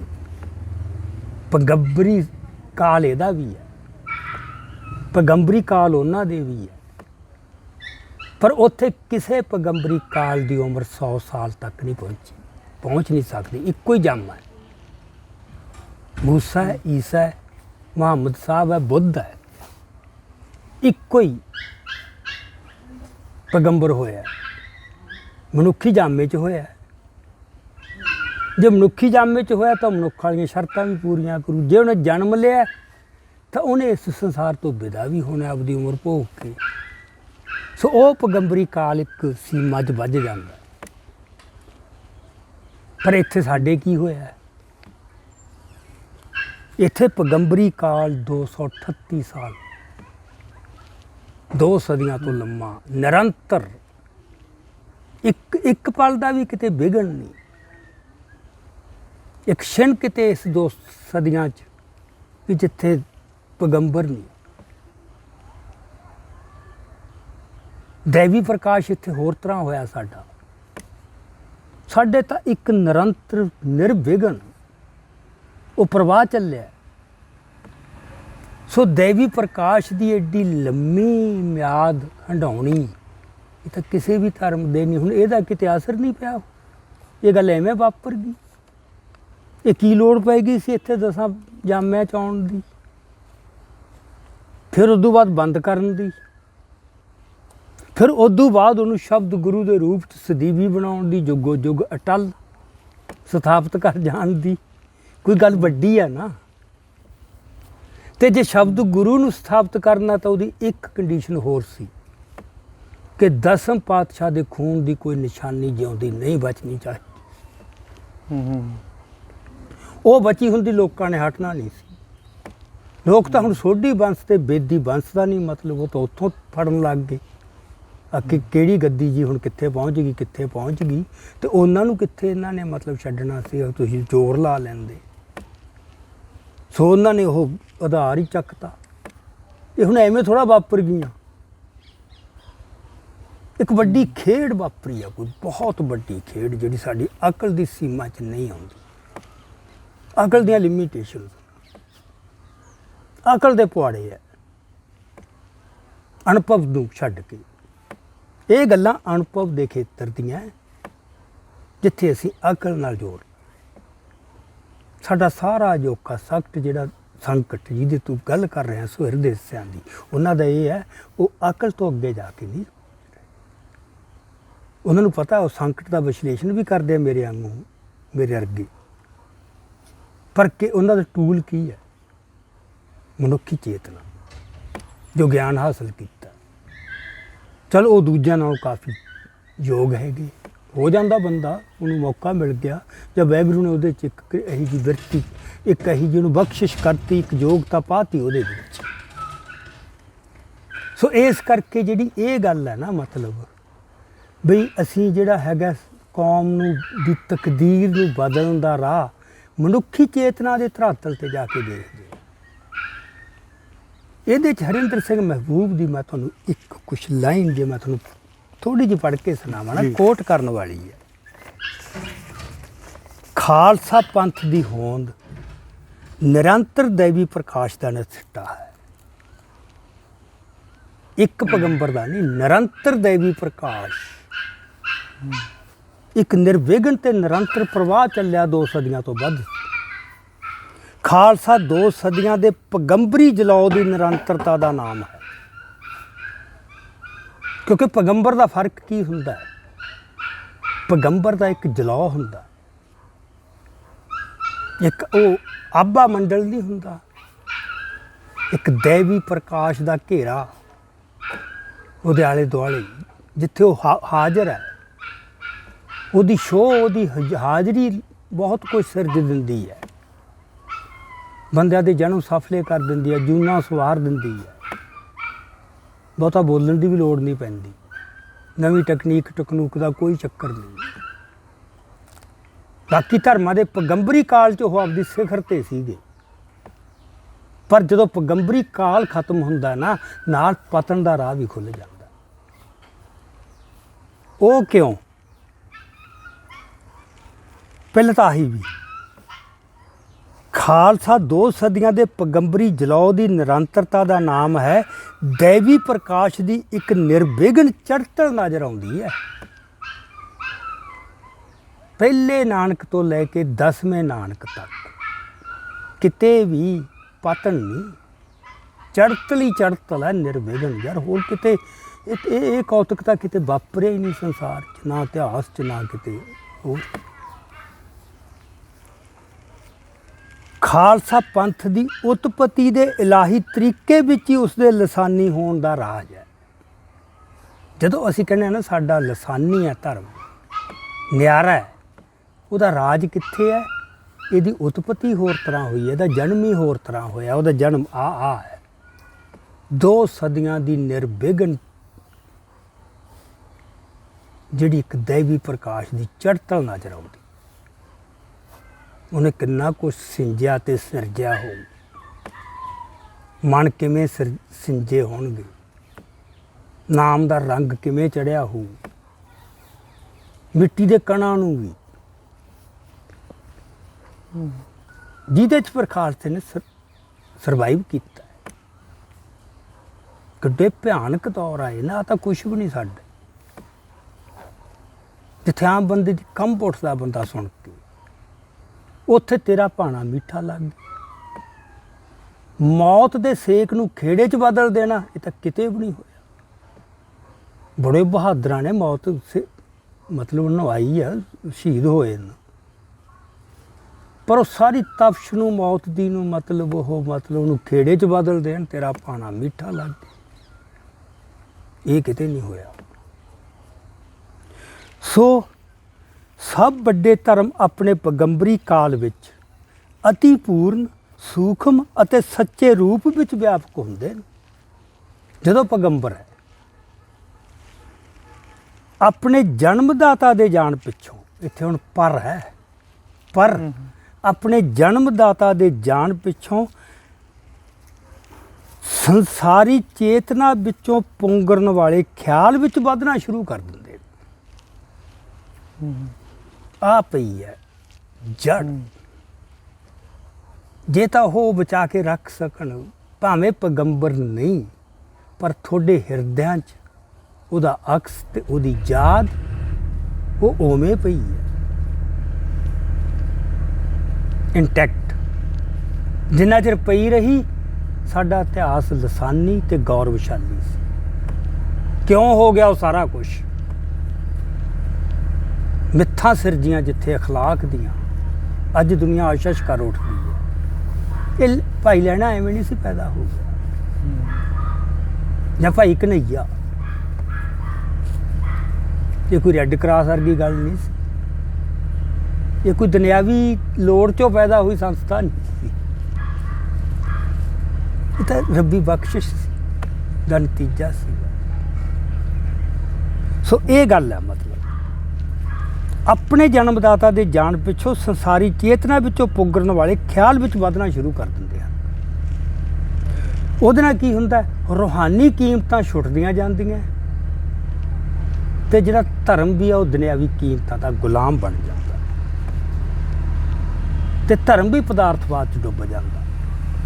ਉਦੋਂ ਉਹਦੀਆਂ ਸੰਸਥਾਵਾਂ ਵੀ ਗਰਕ ਜਾਂਦੀਆਂ, ਨਿੱਘਰ ਜਾਂਦੀਆਂ। ਅੱਜ ਤੁਸੀਂ ਅਕਾਲ ਤਖਤ ਦੇ ਜਥੇਦਾਰ ਸਾਹਿਬ 'ਚੋਂ ਅਕਾਲੀ ਫੂਲਾ ਸੂ ਲੱਭੋ, ਐਕਸਪੈਕਟ ਕਰੋ, ਉਮੀਦ ਕਰੋ ਵੀ ਅਕਾਲੀ ਫੂਲਾ ਸਿੰਘ ਹੋਵੇ। ਇਸ ਮਾਹੌਲ 'ਚ ਤਾਂ ਇਹ ਗਿਆਨੀ ਗੁਰਬਚਨ ਸਿੰਘ ਪੈਦਾ ਹੋਣਗੇ। ਕਈ ਉਹਦੇ ਬੜੇ ਇਨਫੀਰੀਅਰ ਵਰਜਨਸ ਆ ਜਾਣਗੀਆਂ, ਕਈ ਥੋੜ੍ਹੀਆਂ ਜੀਆਂ ਰਿਫਾਈਨਡ ਆ ਜਾਣਗੀਆਂ, ਉਹੀ ਮਾਡਲ ਉਹੀ ਰਹਿਣਾ। ਸੋ ਰਮਨੀਕ ਸਿੰਘ ਜਿਹੜੀ ਮਸਲੇ ਦੀ ਜੜ ਹੈਗੀ ਹੈ ਨਾ, ਉਹ ਇਹ ਹੈ ਕਿ ਅਸੀਂ ਹੁਣ ਸੰਸਾਰੀ ਚੇਤਨਾ ਦੇ ਧਰਾਤਲ 'ਤੇ ਉਹਦੇ 'ਚੋਂ ਉਹ ਖਿਆਲ 'ਚੋਂ ਆਪਾਂ ਉਹ ਲੱਭ ਰਹੇ ਹਾਂ। ਉਹਦੇ 'ਚੋਂ ਇਹਨਾਂ ਫਿਲਮਾਂ ਦੇ ਗਾਹਕ ਪੈਦਾ ਹੋਣਗੇ। ਇਹ ਧੂ ਪਾਊ ਲੋਕਾਂ ਨੂੰ, ਸਾਨੂੰ ਫਿਲਮੀ ਪਰਦੇ 'ਤੇ ਦਿਸੇ। ਜੇ ਅਸੀਂ ਤਸਵੀਰ ਬਣਨੀ ਨਹੀਂ ਰੋਕ ਸਕੇ ਨਾ, ਤਾਂ ਅਸੀਂ ਇਹਨੂੰ ਕਿਵੇਂ ਰੋਕ ਲਾਂਗੇ? ਉੱਥੋਂ ਤੱਕ ਜਾਵਾਂਗੇ। ਹੁਣ ਅਸੀਂ ਸਾਰੀਆਂ ਤਸਵੀਰਾਂ, ਪ੍ਰੋਫੈਸਰ ਪੂਰਨ ਸਿੰਘ ਤਾਂ ਇਹ ਕਿਹਾ ਸੀ, ਕਹਿੰਦਾ ਮੈਂ ਵੀ ਯਤਨ ਕੀਤਾ ਰੰਗ ਬੁਰਸ਼ ਲੈ ਕੇ ਗੁਰੂ ਦਾ ਚਿੱਤਰ ਖਿੱਚਾਂ। ਮੈਂ ਚਿੱਤਰ ਬਣਾਉਂਦਾ ਸੀ, ਮੈਂ ਉਹਨੂੰ ਸਤਲੁਜ 'ਚ ਸੁੱਟ ਦਿੰਦਾ ਸੀ ਵੀ ਇਹ ਤਾਂ ਮੇਰਾ ਗੁਰੂ ਨਹੀਂ, ਇਹ ਤਾਂ ਮੇਰਾ ਗੁਰੂ ਨਹੀਂ, ਇਹ ਤਾਂ ਮੇਰਾ ਗੁਰੂ ਨਹੀਂ। ਕਹਿੰਦਾ ਅਖੀਰ ਨੂੰ ਮੈਂ ਰੰਗਾਂ ਦਾ ਡੱਬਾ ਤੇ ਬੁਰਸ਼ ਹੀ ਸਤਲੁਜ 'ਚ ਸੁੱਟੇ। ਵੀ ਅਸੀਂ ਕਿਵੇਂ ਕਰ ਸਕਦੇ ਹਾਂ ਯਾਰ ਇਹ ਕੰਮ? ਅਸੀਂ ਕਿਵੇਂ ਦੱਸ ਸਕਦੇ ਹਾਂ ਵੀ ਗੁਰੂ ਆਏ ਸੀ? ਤਾਂ ਗੁਰੂ ਹੀ ਆਵੇ ਤਾਂ ਦੱਸੇ। ਗੁਰੂ ਆਉਂਦਾ ਹੈ, ਉਹ ਕਹਿੰਦਾ ਫੇਰ ਮੈਂ ਛੱਡਿਆ ਵੀ ਇਹ ਤਾਂ ਯਤਨ ਹੀ ਛੱਡ ਦੇ। ਜਾ ਕਿਸੇ ਸੰਤ ਸਾਧੂ ਕੋਲ ਜਿਹਦੇ ਹਿਰਦੇ 'ਚ ਗੁਰੂ ਦੀ ਕੋਈ ਅਸਲੀ ਅਕਸ ਪਿਆ ਹੋ। ਕਹਿੰਦਾ ਫਿਰ ਮੈਂ ਸੋਚਿਆ ਵੀ ਸਿੱਖ ਕੋਲ ਜਾਵਾਂ, ਕਿਸੇ ਕੋਲ, ਉਹ ਤੋਂ ਪੁੱਛਾਂ ਵੀ ਦੱਸ ਮੇਰਾ ਗੁਰੂ ਕਿਹੋ ਜਿਹਾ ਸੀ। ਕਿਉਂਕਿ ਗੁਰੂ ਆਪਦੇ ਸਿੱਖ ਨੂੰ ਮਿਲਣਾ ਆਉਂਦਾ ਹੈ ਜੇ ਉਹ ਸਿੱਖ ਹੈ। ਸੋ ਆਪਾਂ ਥੋੜ੍ਹੀ ਜਿਹੀ ਇਹ ਗੱਲ ਜ਼ਿਆਦਾ ਲੰਬੀ ਹੋ ਗਈ, ਪਰ ਇਹ ਜ਼ਰੂਰੀ ਬਹੁਤ ਹੈ ਕਿ ਸਾਡੇ ਸੰਕਟ ਦੀ ਬੁਨਿਆਦ ਇੱਥੋਂ ਹੈ। ਅਸੀਂ ਉਹ ਜਿਹੜੀ ਸੀਗੀ ਸਾਡੀ, ਜਿਹੜੀ ਜਿੱਥੋਂ ਸਾਡੀ ਵਿਲੱਖਣਤਾ ਜਾਂ ਸਾਡਾ ਨਿਆਰਾਪਣ ਦਾ ਆਧਾਰ ਹੈ, ਅਸੀਂ ਜਦੋਂ ਉਹ ਤੋਂ ਪਾਸੇ ਹੋ ਗਏ ਫਿਰ ਤਾਂ ਇੱਕ ਸਫ਼ਰ ਹੈ ਇਹ ਨਿਗਾਰ ਦਾ, ਪਤਨ ਦਾ। ਇਹ ਤੇ ਕਰਦੇ ਅੱਜ ਇੱਥੇ ਪਹੁੰਚ ਗਿਆ, ਇਹ ਤਾਂ ਪਤਾ ਨਹੀਂ ਅਜੇ ਹੋਰ ਕਿੱਥੇ ਪਹੁੰਚਣਾ। ਇਹ ਤੜਕ ਭੜਕ ਸੋਸ਼ਲ ਮੀਡੀਆ ਤੁਸੀਂ ਜ਼ੋਰ ਲਾ ਲਓ, ਨਹੀਂ ਬੰਦੇ ਵਰਤਨੋਂ ਹਟਣਗੇ। ਉੱਥੇ ਗੰਭੀਰ ਚੀਜ਼ਾਂ ਨਹੀਂ ਸੁਣਨਗੇ, ਉੱਥੇ ਲੋਕਾਂ ਨੂੰ ਉਹੀ ਚਾਹੀਦਾ ਮਾਲ। ਆਤਮਾ ਦੀਆਂ ਭੁੱਖਾਂ ਹੀ ਵੱਧ ਗਈਆਂ ਨਾ, ਜਦੋਂ ਮਲੀਨ ਹੀ ਹੋ ਗਈ ਆਤਮਾ ਸਵਾਦਾਂ ਦੀ ਹੋਰ ਦੀ। ਬੰਦੇ ਸਰੀਰ ਕਿਉਂ ਵਿਗਾੜੀ ਜਾਂਦੇ ਨੇ ਆਪਦੇ, ਵੀ ਉਹ ਜੀਵ ਦਾ ਸਵਾਦ ਆ ਬਸ। ਇਸ ਤਰ੍ਹਾਂ ਆਤਮਾ ਦੀ ਇੱਕ ਭੁੱਖ ਹੈ ਤੁਹਾਡੀਆਂ ਇਹ ਜਿਹੀਆਂ ਜਿਹੜੀਆਂ ਨਾ, ਤੁਸੀਂ ਉਹਨਾਂ ਚੀਜ਼ਾਂ 'ਚੋਂ ਕੁਛ ਲੱਭਦੇ ਹੋ। ਤਾਂ ਗੱਲ ਹੈਗੀ ਇਹ।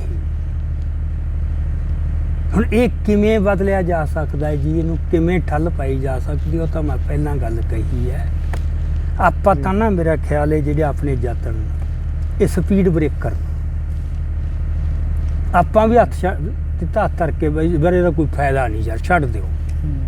ਫੇਰ ਤਾਂ ਜਿੰਨਾ ਕੁ ਕੁਛ ਬਚਾਇਆ ਜਾ ਸਕਦਾ ਹੈ, ਜਾਂ ਘੱਟੋ ਘੱਟ ਆਪਾਂ ਤਾਂ ਬਚੇ ਰਹੀਏ ਆਪਦੀ ਸੈਲਫਿਸ਼ਨੈਸ 'ਚੋਂ ਹੀ। ਇਹ ਯਤਨ ਕਰੋ। ਹਾਂ, ਇਹ ਹੈ ਮਤਲਬ ਮੇਰਾ ਖਿਆਲ। ਕੁਛ ਥੋੜ੍ਹੀ ਜ਼ਿਆਦਾ ਲੰਬੀ ਵੀ ਹੋ ਗਈ ਅਤੇ ਹੁਣ ਹਨੇਰਾ ਵੀ ਹੋ ਗਿਆ। ਆਪਾਂ ਨੂੰ ਉਮੀਦ ਨਹੀਂ ਸੀ ਵੀ ਇੰਨੀ ਲੰਬੀ ਹੋਊਗੀ। ਇਹਨੂੰ ਆਪਾਂ ਜਾਰੀ ਰੱਖਾਂਗੇ, ਵੈਸੇ ਫਿਰ ਆਉਣਗੇ ਮੌਕੇ ਜੀ। ਸੋ ਇਹ ਸਨ ਸਰਦਾਰ ਅਜਮੇਰ ਸਿੰਘ ਜੀ, ਜਿਨ੍ਹਾਂ ਨੇ ਇਸ ਮਸਲੇ ਦੀ ਡੂੰਘਾਈ ਵਿੱਚ ਜਾਂਦੇ ਹੋਏ ਇਸ ਗੱਲ 'ਤੇ ਚਾਨਣ ਪਾਇਆ ਕਿ ਜੋ ਗੁਰੂ ਇਤਿਹਾਸ 'ਤੇ ਇਹ ਫਿਲਮਾਂ ਬਣਦੀਆਂ ਨੇ, ਇਹ ਇੱਕ ਪੂੰਜੀਵਾਦ ਦੀ ਦੇਣ ਹੈ। ਅਤੇ ਪੂੰਜੀਵਾਦ ਨਾਲ ਜੁੜਿਆ ਹੋਇਆ ਮੰਡੀਕਰਨ, ਅਤੇ ਮੰਡੀਕਰਨ ਨਾਲ ਜੁੜਿਆ ਹੋਇਆ ਉਸ ਦਾ ਗਾਹਕ। ਅਤੇ ਦੂਸਰਾ ਉਹਨਾਂ ਨੇ ਇਹ ਵੀ ਬਾਖੂਬੀ ਦੱਸਿਆ ਕਿ ਜਿੱਥੇ ਤਾਈਂ ਫਿਲਮਾਂ ਨੂੰ ਧਰਮ ਦੇ ਪ੍ਰਸਾਰ ਅਤੇ ਪ੍ਰਚਾਰ ਦੇ ਸਾਧਨ ਵਜੋਂ ਵਰਤਣਾ ਹੈ, ਇਹ ਜਿਹੜਾ ਪ੍ਰਸਾਰ ਅਤੇ ਪ੍ਰਚਾਰ ਹੈ ਸਿੱਖ ਦੇ ਅਮਲ ਵਿੱਚੋਂ ਨਿਕਲਣਾ ਹੈ। ਅਤੇ ਉਹ ਅਮਲ ਆਪਾਂ ਨੂੰ ਗੁਰਮਤਿ ਗਿਆਨ ਅਤੇ ਇਹ ਗੁਰੂ ਗ੍ਰੰਥ ਸਾਹਿਬ ਦੇ ਦੋ ਦਰਸਾਏ ਹੋਏ ਮਾਰਗ ਨੇ, ਇਹ ਉਸ 'ਚੋਂ ਸਾਨੂੰ ਲੱਭਣਾ ਹੈ। ਇਹਨਾਂ ਨਾਲ ਹੀ ਅਸੀਂ ਆਪ ਜੀ ਨੂੰ ਹੁਣ ਫਤਿਹ ਬੁਲਾਉਂਦੇ ਹਾਂ। ਵਾਹਿਗੁਰੂ ਜੀ ਕਾ ਖਾਲਸਾ, ਵਾਹਿਗੁਰੂ ਜੀ ਕੀ ਫਤਿਹ।